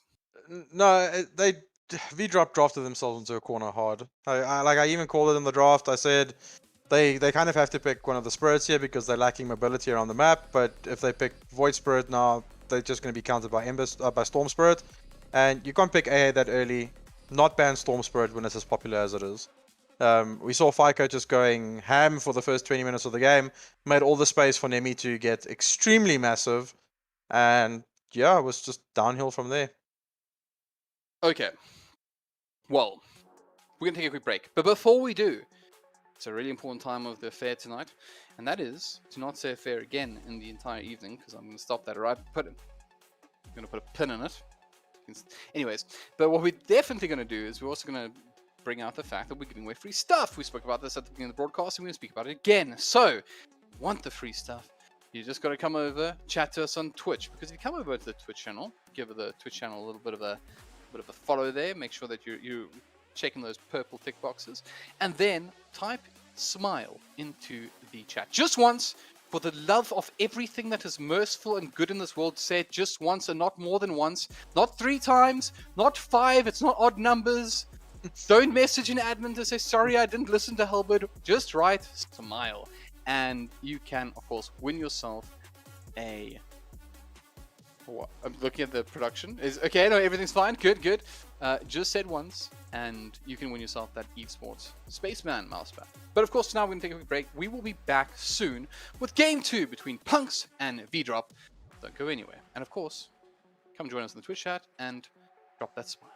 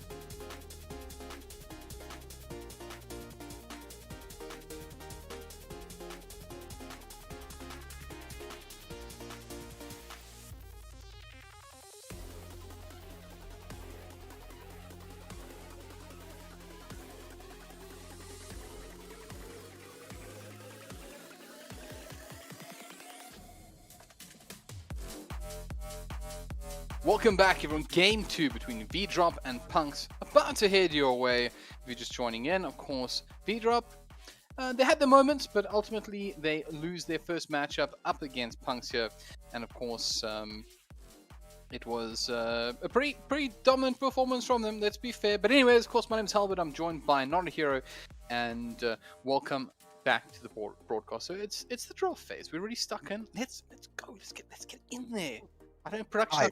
I can't see if it's there yet, but I assume we're there or to the side or somewhere. notAhero, let's go. Nothing's happened of interest yet. Good. No, VDRXP is thinking hard about this because they started that game on the back foot with they drafted themselves into the corner. You could not open with Ancient Apparition and not ban Storm Spirit. Then they ended up picking the Void Spirit, and they don't have last pick, and it just got countered by Storm. FICO had a complete free start to the game, and like it set the tempo for his entire team. They could just play off him the entire time. So they need to reevaluate how they're going to do this. They take out Tiny because they don't have first pick, which is probably viable, and then they're going to probably take out Jug because it's one of Nemi's best heroes. But then you're leaving like the FICO pool there for the taking. Like these guys first face Shadow Fiend HellbirD. They don't care. They just want to get FICO damage on one of his best heroes. Well, I mean, again, if you're watching TI, you know that's the thing to do. Is just give them your best heroes. You know, like give your opponent the best heroes, and then pretend that that's what all part of the plan. Not they just need to get it. But VDROP, they're taking I was gonna say if they picked A now, it'd be like something's wrong. But yeah, VDROP this time they're gonna open up with the mag, and the response immediately, not wasting a second. They want to get ready to watch some TI highlights or something because Punx immediately open up with Mars No Spirit. That's interesting. Neither of these heroes have a significantly high win rate. No, hero. I'm glad that you said that because actually, in fact, would you like another Mars has a whopping 31% win rate in TI. Okay, but then out of the games that he's actually won, how many of those games did he have Omelet? And the ones that he's lost, how many of them didn't he have Omelet? Because Omelet on Mars seems to fix everything that's wrong with the hero. Like Mars's shortfall is that he doesn't do enough damage in the early game. Yes, his ulti is very nice, and the Spear of Mars is really cool. Rebuke is really cool, slows a bit, but he can't like really solo kill someone unless he's like got levels. And we've seen a lot of the Mars on the pro scene, when they pick up Armlet, this hero looks terrifying. And they're even doing it on offlane heroes. They're going like Armlet Blink, and he can just run around the map and kill cores. It looks absolutely disgusting. So depending on if it's going to be an Armlet Mars and a non-Armlet Mars, that's kind of where I'm being swayed. I don't like the Earth Spirit though. Like out of all the spirits, it kind of feels like the weakest one. But I guess after the game that Punx just had, they're kind of feeling themselves. Here, look at those biceps. They rocks. Exactly. He's can't be the weakest. He's lifting. I mean, surely it would be the frail old Storm Spirit or even Ember. Ember looks like he's a slacker. Say Storm Spirit after that last game. Powerful, perhaps he's still up there, but weakest, I don't know. He's just playing his Mandarin or whatever that thing is. VDRXP stealing the opener from Punx. Punx had Magnus Snapfire in the first series, and now they have Magnus Snapfire. So, yeah, pretty solid opener. We spoke about it in the first game. There's it's multiple forms of initiation. It's damage. You hit a good RP. Yeah, it's just extremely solid. Like Snapfire once again, most well-rounded support in the game. Gives you push, gives you save, gives you a big team fight ultimate, wave clear, and Snapfire shard I think is one of the best shards in the game. Like if you can hit a cookie, you can like walk around someone and scatter blast stun them again. So it's a total lockdown of like 4 seconds, which is completely ridiculous. And Punx opt for the AA. Am I missing something with these AA picks? No, I don't think you are. If I'm totally honest with you, Ancient Apparition has got a fairly reasonable win rate in TI at 58%. But it's because it's been picked up at 12 times. But against Morphling. Exactly, it's been picked up as a situational hero where it's good in the game. So it is a little bit weird because there's nothing there. Oh, well, there you go. Preemptive thinking. They're going to put it on a healing ward, so we know they're going to do this. We'll pick their AA. Yeah, but it goes kind of both ways because Jug is one of the heroes that doesn't really care about AA. You know, but maybe that, but actually, maybe that was kind of the point, though. Maybe they had the Mars, they banned up the Life Stealer, so obviously banning out something that you could just rage and walk out of it. So they decide that what's the next thing that's been picked up? A Juggernaut. Juggernaut's gonna have a healing wall. Punx wants Morphling. This was a deny pick because Yeah, like, I think Punx wants Morphling here. I'm surprised we haven't seen any Earthshaker picked or banned in this series. I forget that. Why aren't we seeing Elder Titan? Yeah, Shaco, like, ET is a bit more of a niche pick, and you need to kind of have an Elder Titan player.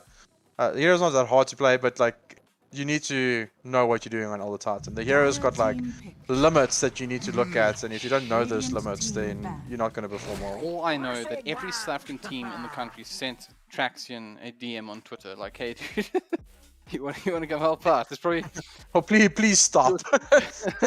one of the two. Our pubs are being ruined, but there's a Traxian out there just literally. I can actually imagine, like, whenever Laughing at like an evil laugh on top of his lungs. whenever Elder Titan gets buffed, like Traxian climbs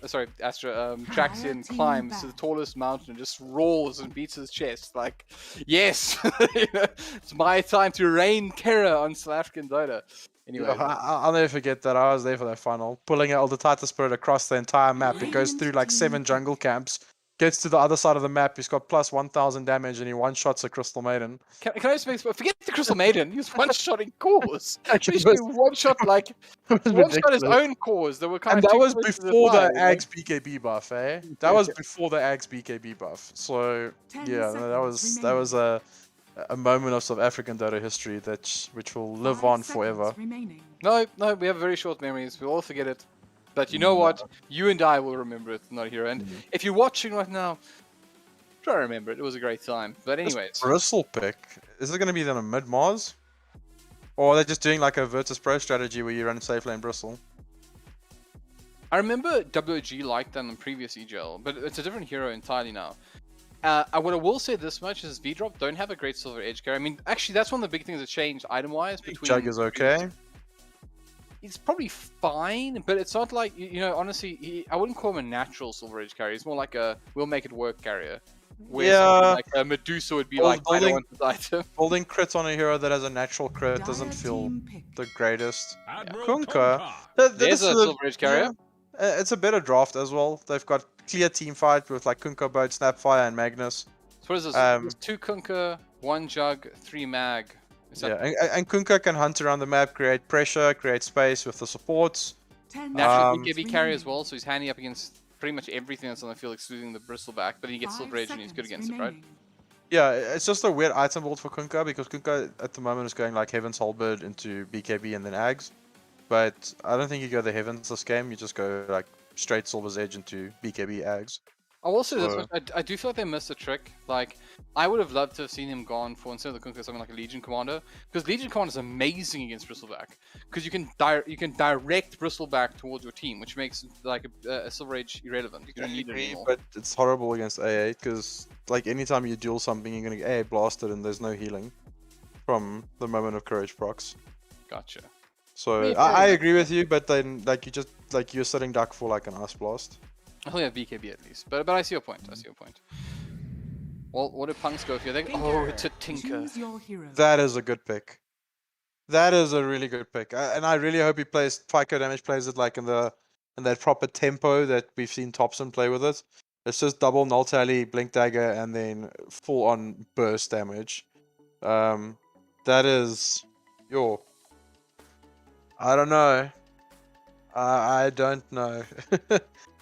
I think Punx has that just based on their previous performance, and VDRXP definitely has more tools this game to actually fight back. Like, game is never over when you have like RP plus Mortimer's Kisses, and then and of course they're gonna speed up the Jug farm, right? Like BNA, just give me some power, Shazo. I wanna farm fast. Yeah, if Jug can even go like we saw it at TI, like they just go like Echo Saber Yasha because they've got Empower, but he can go Echo Saber into Silver's Edge this game because if he has Empower, it's not going to hinder his farm at all. So compensates for the lack of building like Maelstrom or Battle Fury, which we're not seeing that much anymore. But yeah, is this not kind of like baiting out the Jug though in a way? Because I can't help but feel that this wasn't a mistake by Punx, right? Like they banned out the live stealer immediately when the Bristle. Yeah, so I almost feel like they baited out the Juggernaut. Like, hey, we have the Mars, you're gonna pick the Jug. You know, like it's the TI effect, HellbirD. Like, Virtus Pro is running the safe little Bristleback. Like they're running it religiously. Like they believe in it. and they currently playing LGD in the upper bracket semi-final, so they must be doing something right. So, yeah, I think it's a TI effect. They've seen the Safe Lane Bristle work for one of the biggest teams in the world, and they're kind of mimicking it. And I'm interested to see what build he's gonna go. Is he gonna go like the standard like Vanguard into Ags, or we've seen some bristles go like Echo Saber, which is pretty cool to see. Yeah, I'm interested to see what build he's gonna go. There's something I need you guys to know. Sorry, I realize you're talking about like an important thing, etc. But I want to talk about something far more important, and there's something we don't talk about enough in Dota. And of course, because I'm building it up this way, you know I'm up to no good, right? Don't watch the Bruins, Mr. Observer. Take us to the shrine. So around these logos, around the base, you'll see that there's a whole bunch of these little shrines. And I want you to pick your favorite, notAhero. What is your favorite of the shrines that these players have? Reading the inscriptions. Invoker's one is Shazo really needs to step it up. Quas Wex Exort. That's literally the inscription. No, that's. I got the worst one for you. Heroic effigy of International 2016-2. No inscription. Created by FICO damage. There we go. That's the. Oh, is that the one you were going on about? Yes. Okay. That's pretty awful. Very awful. There's a lot of them with like no inscription. Like, what's going on? Laziness. But you know what the best one is, right? Oh, I've got something better than this. I've got something better than this. Before a fight breaks out. Oh wait, they're already harassing the AA. Jace is running for the rune. This is not important. He's gonna play with his life here. This is not what the spectators want to see. They want to see the shrines. No, we're gonna teach the spectators after this first blood now. Something really cool. Say, Butter Billies and BNAs make the best combination, right? Because it's basically the same thing. First blood, don't care. Don't care. We're talking about shrines. Don't at me. What I want to show everyone, if I don't know if Mr. Observer will entertain this, but if you go to the fountain and right above the shopkeeper, there's an actual Ages of the Immortal, and you can click on it, and then it shows you all the winners from every single year. I mean, that's pretty cool. Yeah. Dire's top tower is under attack. Not a lot of people know that, HellbirD. I'm here to bring in. Oh, really? Because I thought this was like the most known thing in Dota. I thought this was like not a lot of people know that. Like, it's a very little cool concept where you can actually click on it and it brings up all the things. Okay, so let's speak about these lanes. Earth Spirit plus Mars is a pretty weird lane. I don't see this Earth Spirit getting anything done in this lane. He's already being punched by Wannabe on the Sledge. Oh, he tried to get the creep, but Wannabe pulled the range creep. That's pretty nice. I'm surprised we're not seeing more of like the de-warding. I mean, you know, you see the de-ward wars at the moment for the neutrals. Like, not happening at all in the series so far. And there's a sentry up here on top that's blocking the Radiant off-lane pull. But that's about it. Otherwise, there's just two sentries living in harmony. They're gonna expire. They live together. They expire together. On the bottom lane, there's two wards living in harmony. Like, exactly. They're right next to each other. Somebody had to have seen this, right? Like, in fact, who placed it first? Because the ward duration, right? The red ward. The Dire had it down. They must know there's obs there. Yeah. Step it up, Punx. Warding game is weak. Yeah, exactly. And not even a special name for these observer wards. Nibbling and Wannabe battling. Nibbling is gonna lose this. He messed up. He's dead. Oh! Wannabe. I am mistaken. You know what that was? That was because he needed to time that frost after the last possible moment he would have had it, because he had the attack animation and the Nova casting animation. If he had just the attacks go and then like. Well, if he was level 2, Evesports dead there. Like frost shield into that. Oh, this mid lane is not going to be fun for Weather Hacker. Like Tinker into a melee hero. Nuke. Like, I'm gonna try bringing you miss. He's last hitting pretty fine. He's actually out CSing the Tinker at the moment. But yeah, way better. Kunka's a catch-up hero as well. He's even stacking for himself. That's nice. Get those camps going. Yeah, but everywhere's skewer top. Going back into the tower. The damage is good on Nemi. Is enough? Just so gave up. I would just run after him for principle. He's got boots. He could have caught him. No boots on the bristle. I would have just either way. Oh, he's going from now. Oh, I thought about it. Shockwave is almost there, but. And skirmish going on bottom. There we go. Spin. And he's blocking. Nibbling Monkey is in trouble. However, this Skurarinos and the boulder was so close. They're trying to get the body blocks off. Do they have the damage? The kitty is not coming out just yet. BNA though, he's got the help from Wanna. Astra stuck. Astra not like this. Normally. I caught you on camera again. I think there was a little bit of hesitation there from Astra. I think if he went for that kill, he could have probably gotten it. But just that hesitation, like, oh, this Jug just crit me twice in a row. I'm losing too much HP, because he did crit him twice in a row, which is pretty scary.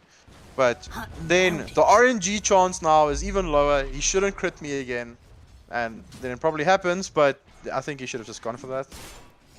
I'm just saying, I'm happy because VDROP are taking us to game 3 at the moment. And that's what's most important. It's not about who wins, it's not about who wins or loses the game. It's about, did they win it in game 3 or not? That's the true, that's where true winners win their games. Actually, I want to just have a quick browse at net worth, because this Kunkka CS... Flight code, put up a do that, the torch is there!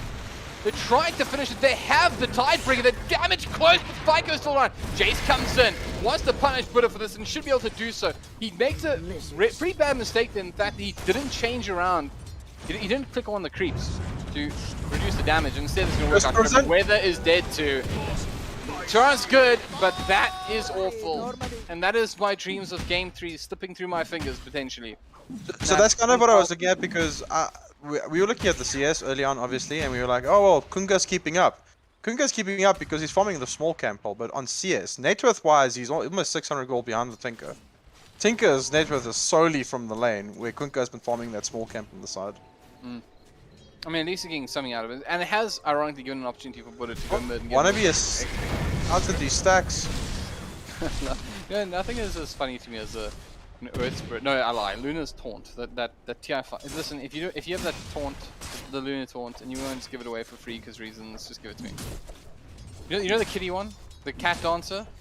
Yeah. Oh my soul. Like I was casting some international Dota and I heard that thing. And I just couldn't stop laughing.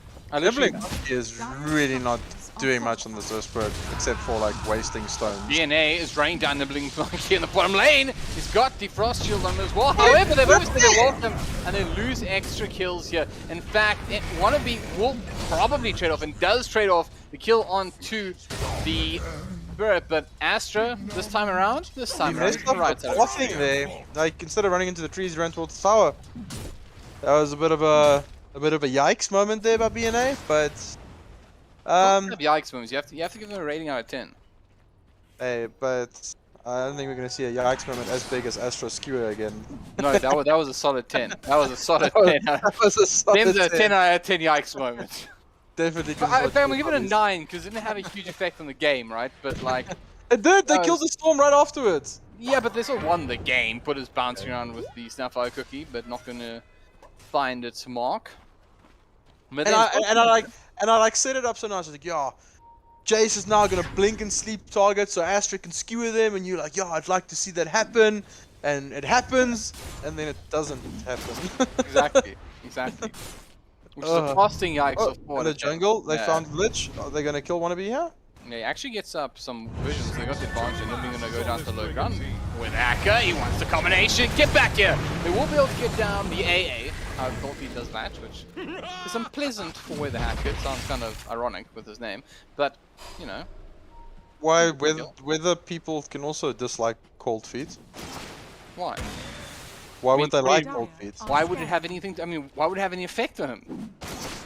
Just hack it. It's warm feet now. No. Bottom lane, BNA caught up against the tree line, got support though, does he stay alive long enough? The cookie is there as well, Nibbling low, they're gonna pull in Astra. Add Astra to your death, please. They go to the Omni Slash as well, gonna finish him off. And yes, there was a reference, Nibbling survives, but they get the call. Yeah, that's a pretty big kill for Juggernaut now, boosts him to the top of the CS, or top of the net worth, not the CS. And what is he flying out on the courier here, HellbirD? It's a Falcon Blade. Okay, pretty standard for carries at this stage of the game. I haven't seen Jugs with Falcon Blade though, because, like I said, with the Magnus here, you can probably just like rush Echo Saber and you'll be fine.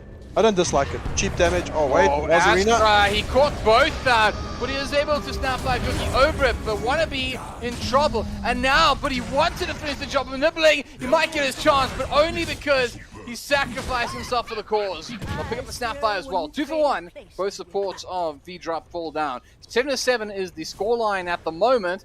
But Punx have snuck ahead when it comes to the gold graph and XP graph as well. Much better start though by VDRXP. They're not just getting completely run over in the lanes.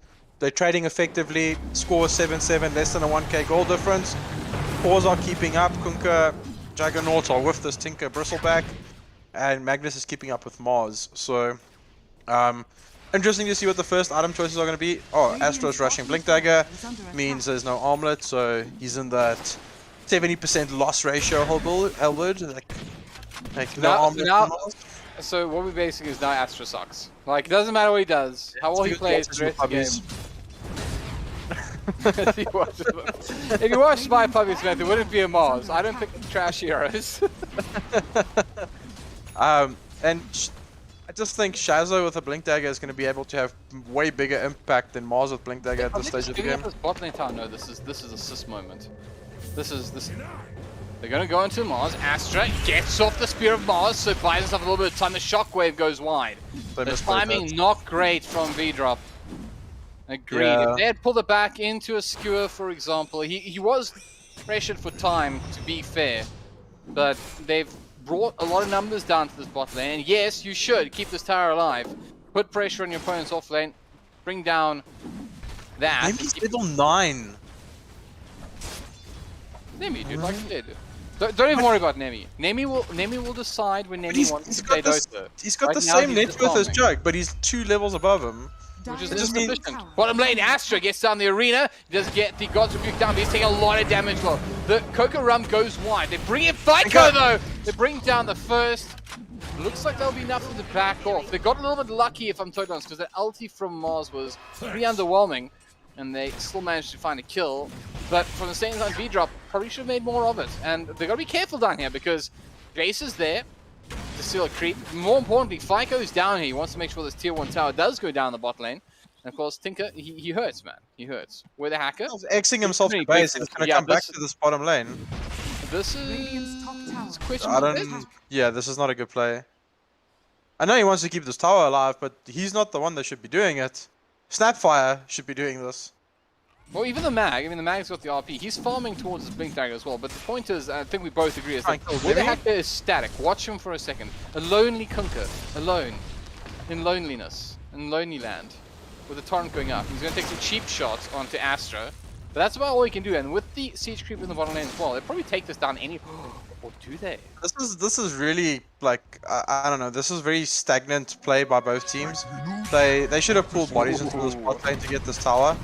The mid tower is pretty healthy, and Bristleback is kind of a shield for this top tower. I don't know why they're not just putting bodies here to get bottom tower. Both teams, basically. Again, though, this is one of the reasons I think they should have definitely gone for the Legion over the Kunkka in this situation. I know, I agree with you about the AA situation, but they've caught out FICO in the top lane. They also get the Scatter Blast, and they commit the LT and the Chain Frost! Take it all for you, my friend FICO. And they even keep one to be alive with a beautiful smoke. However, it comes to rolling Boulder from Nibbling. He's looking to line up that shot. He wants to score a goal. Not gonna get it. Hits Buddha instead, but Wannabe survives. Tumbler toy. Just in case. Boing. That is one of the coolest items. Wait, what just happened? What just happened? We spoke too soon. We cast this curse for sure. We got AA blasted. Him. This is after all of that. Like, yes, we have survived. Everything is good here. And Chase just like, nah, you know, actually, Tumbler toy forgot this, about man. something. Tumbler toy this. They can't touch Nemi at the Again, moment. you know, pulled back Nemi. They missed a combination as well.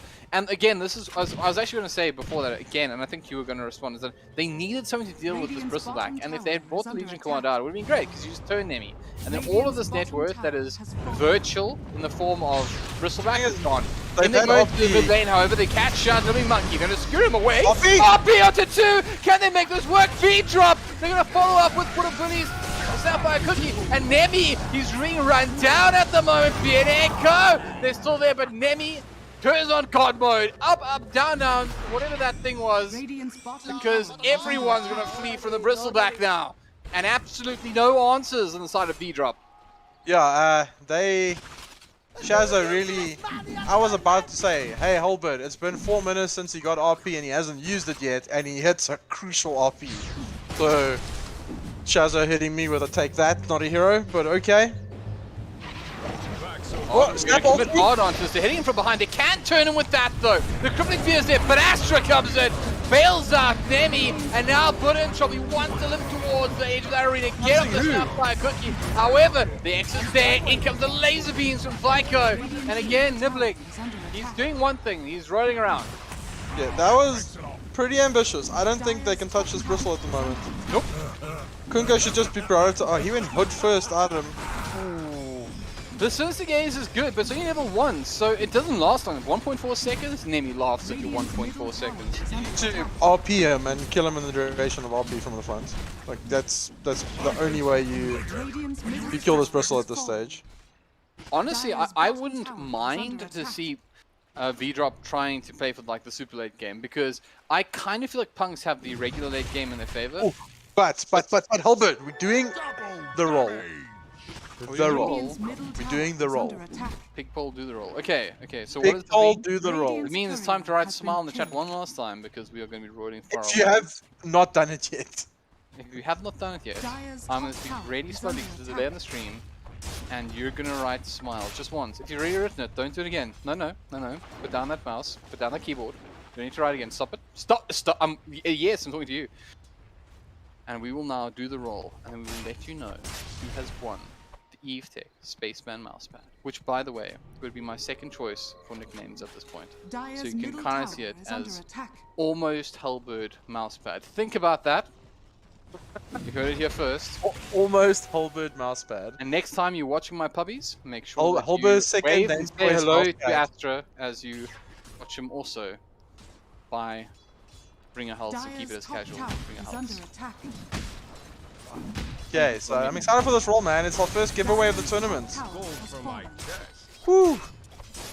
And there's more to come, like lots. Like, it's the Spaceman Mousepad tonight. And then Mid lane, nibbling monkey caught out. They're gonna drop Mortimer as well. Don't everything die! Why won't you die? Die! No, don't let him live. Not like this. Eventually they finished the job.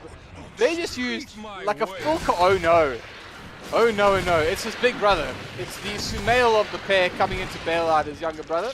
Sure, that's Still true. my nibbling monkey, I'm gonna How you can bring up your wall after the most...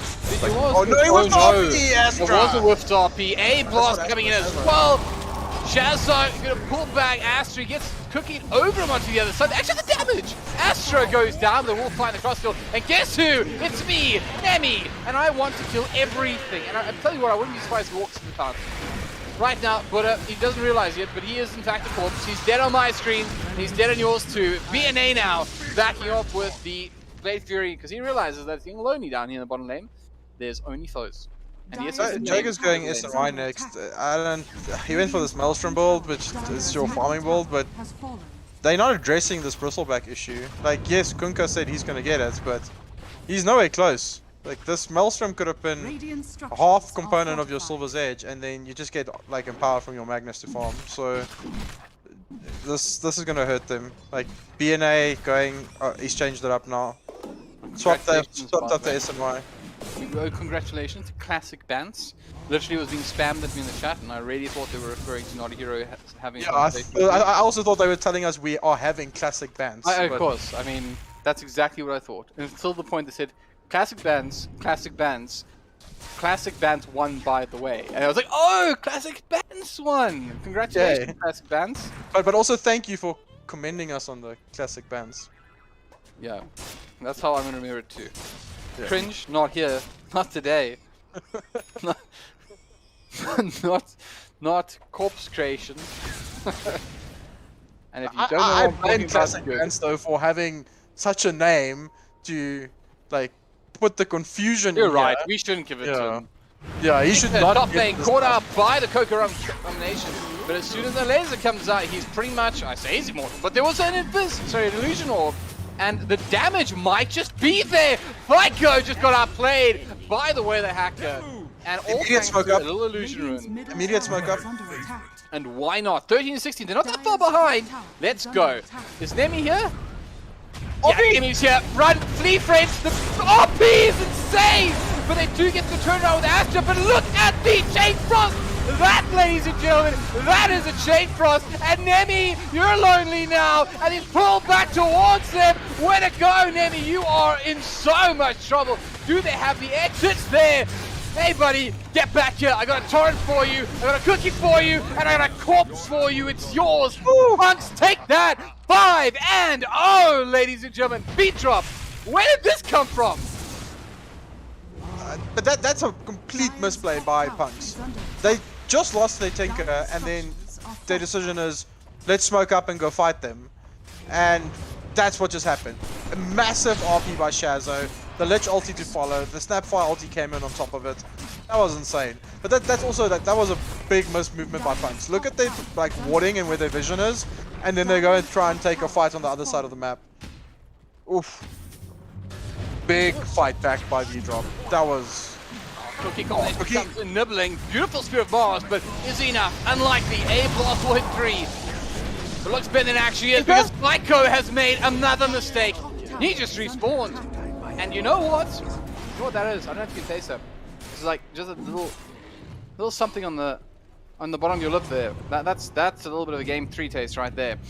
I was going to say Roshan, but no, Roshan just makes that slightly tastier because right now V-Drop, they're ahead, and all of a this sudden is without the Silver's Edges.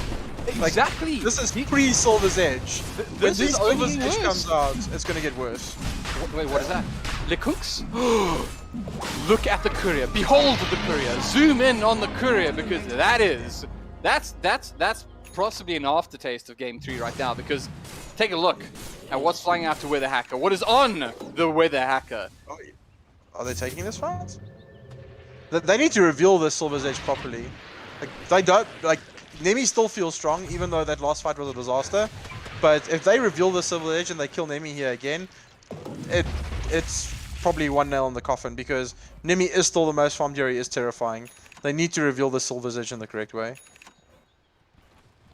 That's a fair point, and I do think it's easier said than done. I mean, Kunkka, he's actually not great at using it. He's still a melee hero. To actually just hold out for that Nemi Bristleback is going to be hard. He just showed in lane. They should know he has it. Like, I'm assuming so. Good teams would have clicked him. So, Good teams are caught out right now. They didn't get the RP off, but with the hackers there, they get the arena down as well. But guess what, Nibbling Monkey? You are caught in here with me.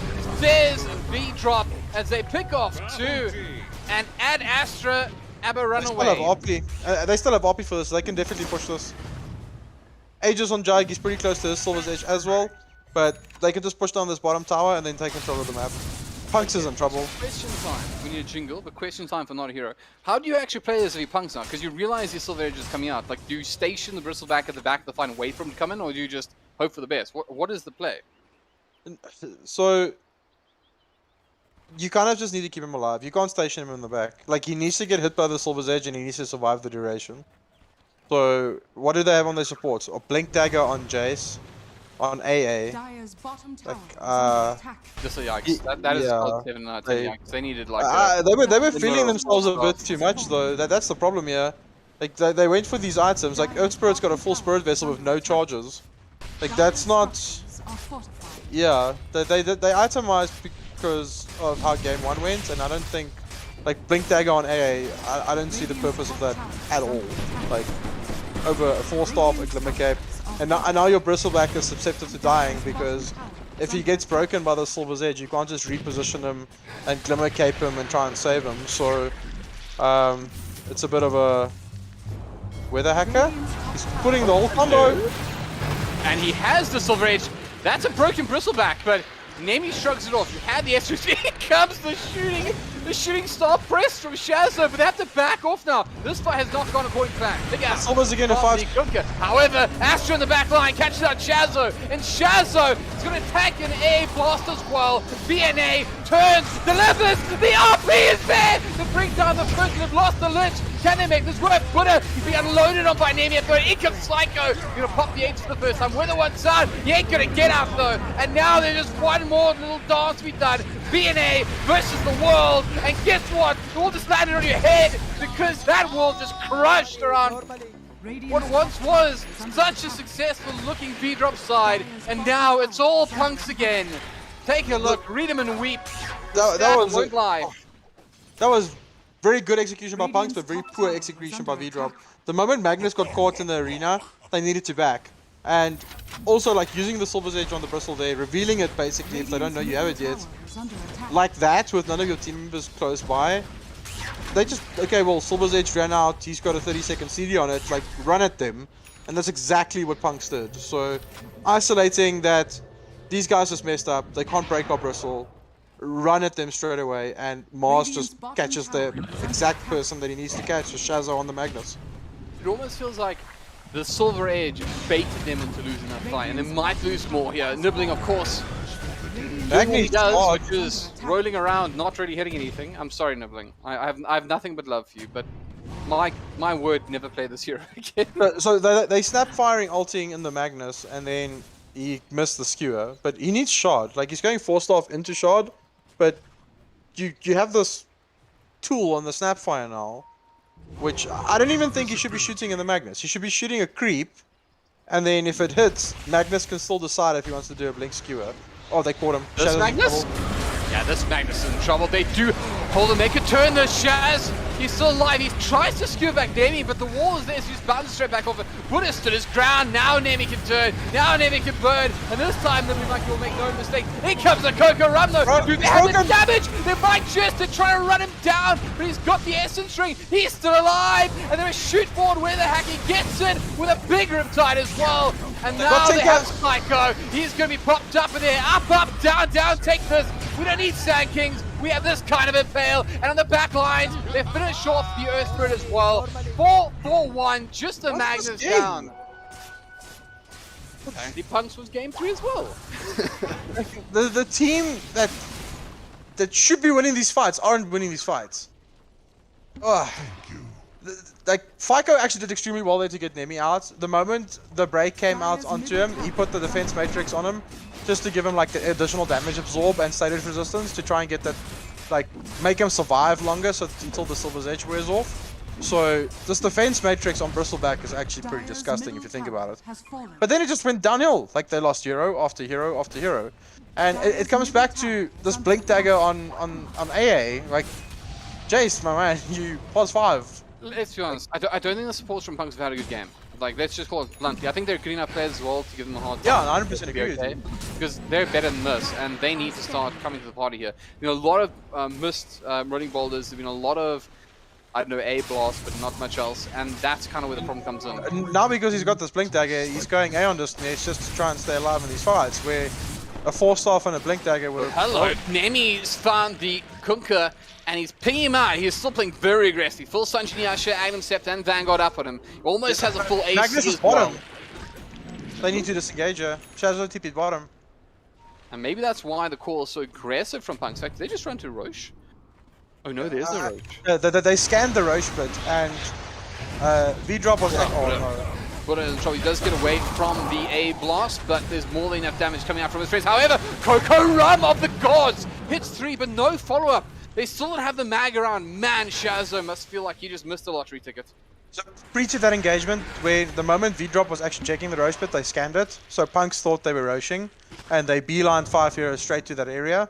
But V-drop checked Roche, sword wasn't up, and TP'd Magnus bottom. So, only lost a Snapfire in that engagement, so not the end of the world.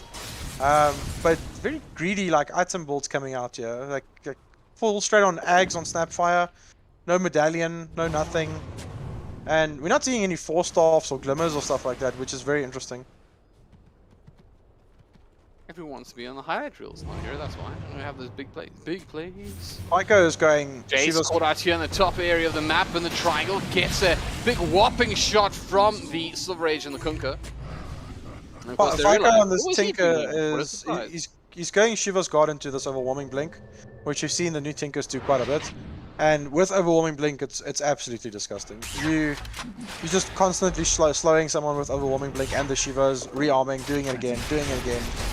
That Psycho? That Psycho? That one over there? The one that doesn't have those two items yet. The one that just got wrecked by BNA. That's all I meant to say. No shade. Just the fact that BNA just made short work of Tinker, and it looks like the momentum again going back the way of V-Drop now. Why don't you I go don't back know. for a Manta here instead of finishing his silvers? And he's already got the broadsword as well.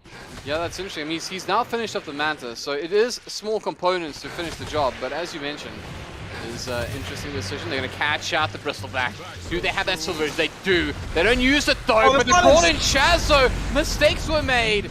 And none by Punx, as they'll make sure that they take care of that one. And Butcher and Cody to back off. Nemi catches up both. They're going to use the Chain Frost. And it's bouncing beautifully. Bounce. Astra in the middle. Coco around there as well. And Nemi, when we get out of here, buddy, we got a bone to pick with you. But he first dispatches. Woo! That support died fast. DNA decides. Never mind, Astra. Never mind. Nemi's But that was without back and we RP. are backing up, and Nemi is still charging down mid lane. Got a full SNY AC on this Bristleback now. It's going Abyssal Blade next. So, I don't even know if they can kill him through a Silver's Edge at the moment. You need to kind of blow like full Juggernaut Omni Slash on him. Weather needs out. He's got 3 seconds till his Silver Age is Radiant's available, middle and tower is under he's attack. Doug hiding. also There's a needs- deep sentry ward as well. So Nemi, have you baited out with a hacker? With a hacker, no, that was not. That was ballsy. That was very ballsy, and He can just TP. He should TP. he doesn't have BKB. But is there any kind of disable? No, it doesn't look like it. No cancel. No Spirit. Spirit on Mars. Cheeky, man. Look at this, please follow the ball. Observer, it died early.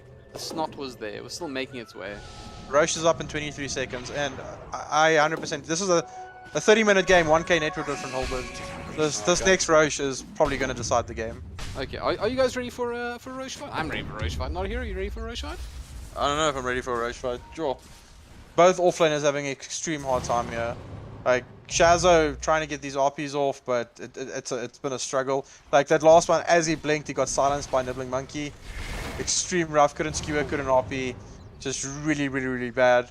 And I feel like if Mr. Roshan first loses though, and BNA and Kari in there, no healing or down, just they want to toss out now to the outside of the Roche bit. They're trying to micro it there, but the information is being given, of course. They have the the Ice Vortex down, and they see everything that's going on. The smoke comes in from Mars, it comes the A-Blast, it comes the Skewer, it comes the LT, and this time maybe they can do it. Roshan is down, the Chase picks up the Aegis, what an A! And the LT from the Lich bouncing around. They're now trying to make this work, but Nemi gets on to put his finish it to done. What? That was a sport just melted Nemi. Are you kidding me? Middle tower. that was an Omni Slash, my man. It was a Silver's Edge broken Bristleback with Omni Slash on him. That's what melted him. Okay, well, you know what? I enjoyed my moment of happiness when I thought a sport just broke Nemi. But look, the result of the You save. sounded so confused. You were like, "What's going on? The Snapfire is destroying It looked Bristle." like Now we I'm just seeing like Omni blowing him Slash. up with a little shredder. I was like, what is going on? Okay, more sense was made, but 2 for 2. However, the big play there goes to Chase. He stole Le Aegis. And of course, they lost Mars and Bristleback in that engagement. for just a few ports. Fair enough. and And he they lost his Aegis. support. Yeah, and they lost Oh, Aegis. they stole the shard. They also stole the shard. Who got the shot? Chase stole the shard. Ask me again. He's got it in his Ask me backpack. again. No, Ask I me mean, again. like, who did he give it to? No, but ask me again. Who stole the shot? Chase stole the shard. My soul, that man, how much work he just did for his team. Imagine how different this game would look like. Dagger AA, HellbirD, like next level. This is why he bought the Blink Dagger. This was Yeah. it. It was for this He exact planned for moment. this. He was like, Planned don't worry, for this guys. all along. I'm going to make this game twice as hard as it needs to be. But when you need me, I'm going to be there to steal a shot and not use it, mind you. Maybe he hasn't realized yet that he has the shard. Jace, you I picked up think both, mates. We're gonna give it to Bristle. Can give it to Tinker as well, like March of the Machines. Oh, But yeah, Tinker that's doesn't have the he It's doesn't what have the Jace mana with pool. a keen eye if he's actually going to do something with his shard. Okay, he's TPing back to base. There's a Tinker there. Tinker. He's still holding on the shard. He's looking. He's moving towards the Bristol. He's blinking towards the Bristol. He's running away from him. Nemi doesn't want it. How many times it happened to you in a game? Let's be honest. How many times you play that game? Just like, dude, He's I like, just want to hey, give you the neutral item. This buddy. Grove Bow sniper. It's Hey, all buddy. yours, dude. Hey, buddy. Hey, buddy. Shout out to the snipers out there that refuse to pick up Oh, the Grove Bow. hold Give on. it back onto the big man. Nemi caught out here. Do they want it? Shazo is taking a lot of damage. The rocket's coming from Tinker, and that's enough. They're going to drop the Kokorum. They need to abort. This is out time, friends. No, not this. Out time. Chain Frost bounces favorably. They have damage onto Nemi. Can they make this happen? Yes, they can. He does have buyback, though. Nibbling Monkey and Astra. Here comes the Astra to pin up BNA, and BNA in trouble. Take their pew pew laser beams. They finish up the Juggernaut, and now it's time for Punx to shine. They're going to pick up 4. They're going to pick up 5 because there is nothing left in the tank. What We is shoot it VDROP back. doing? What is VDROP doing? Like, how, from a team perspective, Shazo goes in, hits one toss, skewers someone back, and then everyone goes, well, that's a bristleback. Nope. Like, they have 2 Silver's Edges, HellbirD. They had Omni Slash. You've Did gone. they have Omni Slash? I mean, they currently have Omni Slash, but the thing is, the Juggernaut did. But this is the thing, right? This is when you go fishing, right? Yeah, you go fishing and no one's ready for it. Yeah, you go grab Scarpy. You're up for a good fishing trip with the boys, you know. You're keen to do so. You know, you cast and you reel. You haven't really done this before. You know, you're kind of new. You're leaning on Scarpy for the information, and then you pull a shark, and you're like, "Nice, mate. Nice. We don't want this." And, Like, Scorpio, that's a shark, my man. You're on your own. very And much. then the shark gets somehow onto the boat and destroys your entire team. Oh, you're all shark food now. And that's Yeah. No, that was such a misplay. Like, it was a good horn toss skewer combination, but just no one seemed ready for it. Like, it was... Because they killed the bristleback 15 seconds later. Why not do that when your Magnus has, like, dispositioned him from his team? That was a yikes by VDROP. Like, they're playing so well, Again, and then... where is on the yikes scale, notAhero? You can't drop On the yikes scale, that's probably about 6, eh? It wasn't Astra level yet. not Astra level yet, but pretty yikesy. Yeah, but pretty yikesy. More than half all the yikes would be insufficient to match it. Yeah. No, more than half of all the yikes would be quite a bit of yikes. I mean, there's quite a few yikes, but I mean, percentage based, not going to be good enough. Yeah, but then you have like Ultima level yikes that Astra pulled the first game. I mean, that can be problematic. I mean, the BNA got a 3 out of 10 yikes. His entire team's smoked up, and he has decided to go kill the last, to get the last on the creep. But they're still gonna go here. I mean, they can only see one of you, right? Mid lane actually is ready to rumble. Nibbling Monkey. Shazo is not blinking out. it first again. It means like, you guys want to go? Shazo is like, guys, last time I did this, like, you left me.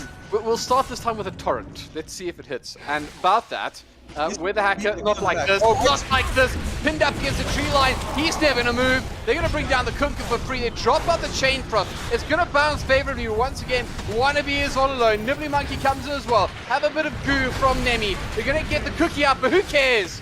That man's hitting for 600. He's hitting for watch winner. Plus 600! What a putting his Ghost Scepter off. You're gonna TP away. Has to move though because they got the running boulder out. Nibbling Monkey missed though, and he might fall for it. Doesn't quite. The buyback No on the buyback on Kunkka! No buyback on Kunkka. No buyback on the Snapfire. No, I lied. Whatever he does have What's the the yikes buyback. scale on that? 36-minute game. Oh, wait! There's the yikes! They're getting everybody that they need to. 2 calls it down! They're trying to melt them. The air blast comes through. Tinker's trying to get their Astra. Intrial BKB's up. Gonna pin up the Juggernaut. BNA falls. And Nibbling Monkey in the back line. VDROP not like this. They're going to their graves. And we won't be going to game 3 by the looks of things. Because Punx just made mincemeat out of a very hopeful side. BNA completely misplayed there. He hit a Silver's Edge to try and hit the bristleback to break him. And he clicked spin. Instead of hitting the bristle, he clicked spin before he attacked. Punx, they're being awfully respectful considering they have 50 seconds for that to deal with any kind of comeback. or disrespectful, depending how you look at it. But now they've used Where's buybacks? time to go.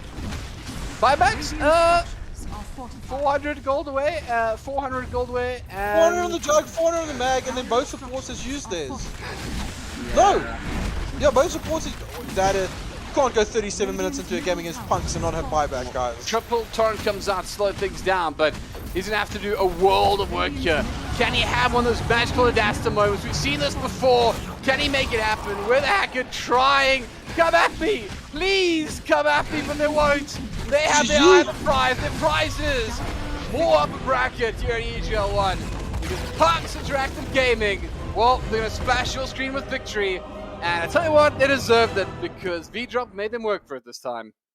Yo, but VDROP was so close, man. They were so close, HellbirD. It came down to, you said Magnus went fishing, and no one backed him up.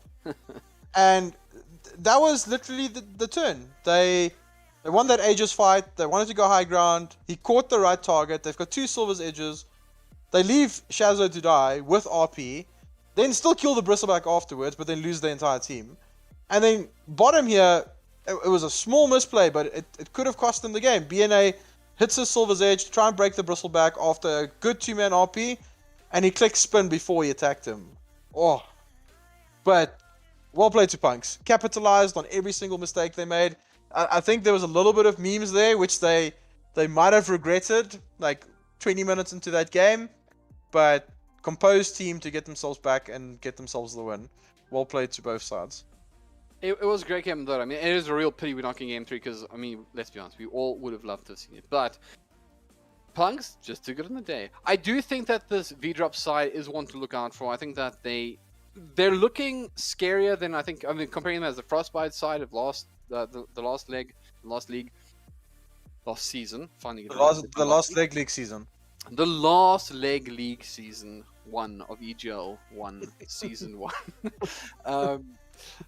So honestly, they look scarier, and this is something we spoke about a lot in season 1. Is that it's these little increments that you make over time that turn you from a side that can't, like, you know, if they just ironed out those tiny little mistakes that I just mentioned, this game was theirs. yeah. If this game happened 2 weeks from now, I think we'd be going to game 3. Put it that way. But it is what it is. notAhero, any final words before we close things off? No, just guys, please, more of that to all the teams upcoming. That was awesome. Oh, that's right. Okay, guys, thanks so much for joining. And this, of course, was, I believe that this was the first official broadcast. Shout out to Shaky. I know he's been doing a huge amount of work on the community cast. Shout out to Shaky. Yeah, I've been enjoying them, so make sure that you go check Yeah, out I them casted as with well. him on Monday night. It was very, very entertaining. It was very fun. The man's putting a lot of work. Shout out to him. Agreed. Anyways, on that note, though, with shout outs to Shaky, done. With shout outs to the teams, done. Yes, we've got to do shout out to the spectators. Nice to see so many of you here on the Twitch chat. Hopefully you'll join us again for some more EGL 1 Season 2 action coming shortly. I believe that's it for this week, if I'm not mistaken, but we've got to have... I've got one last thing to say. So, for the first main event broadcast, we had quite a few viewers. I just joined the Twitch stream now. I saw there was about 120.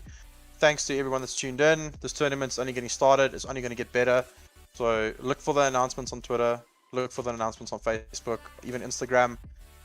We'll do our part and share it, and it's not just myself and HellbirD. We've got Snare and Corny as well, and all the casters are going to rotate, so you'll see different combos. Myself and Snare, HellbirD and Snare. It's going to be great. I mean, good. Goodbye, everyone. Have a lovely evening further. We'll see you next time for some more EGL Season 2 action. But for now, cheers and goodbye.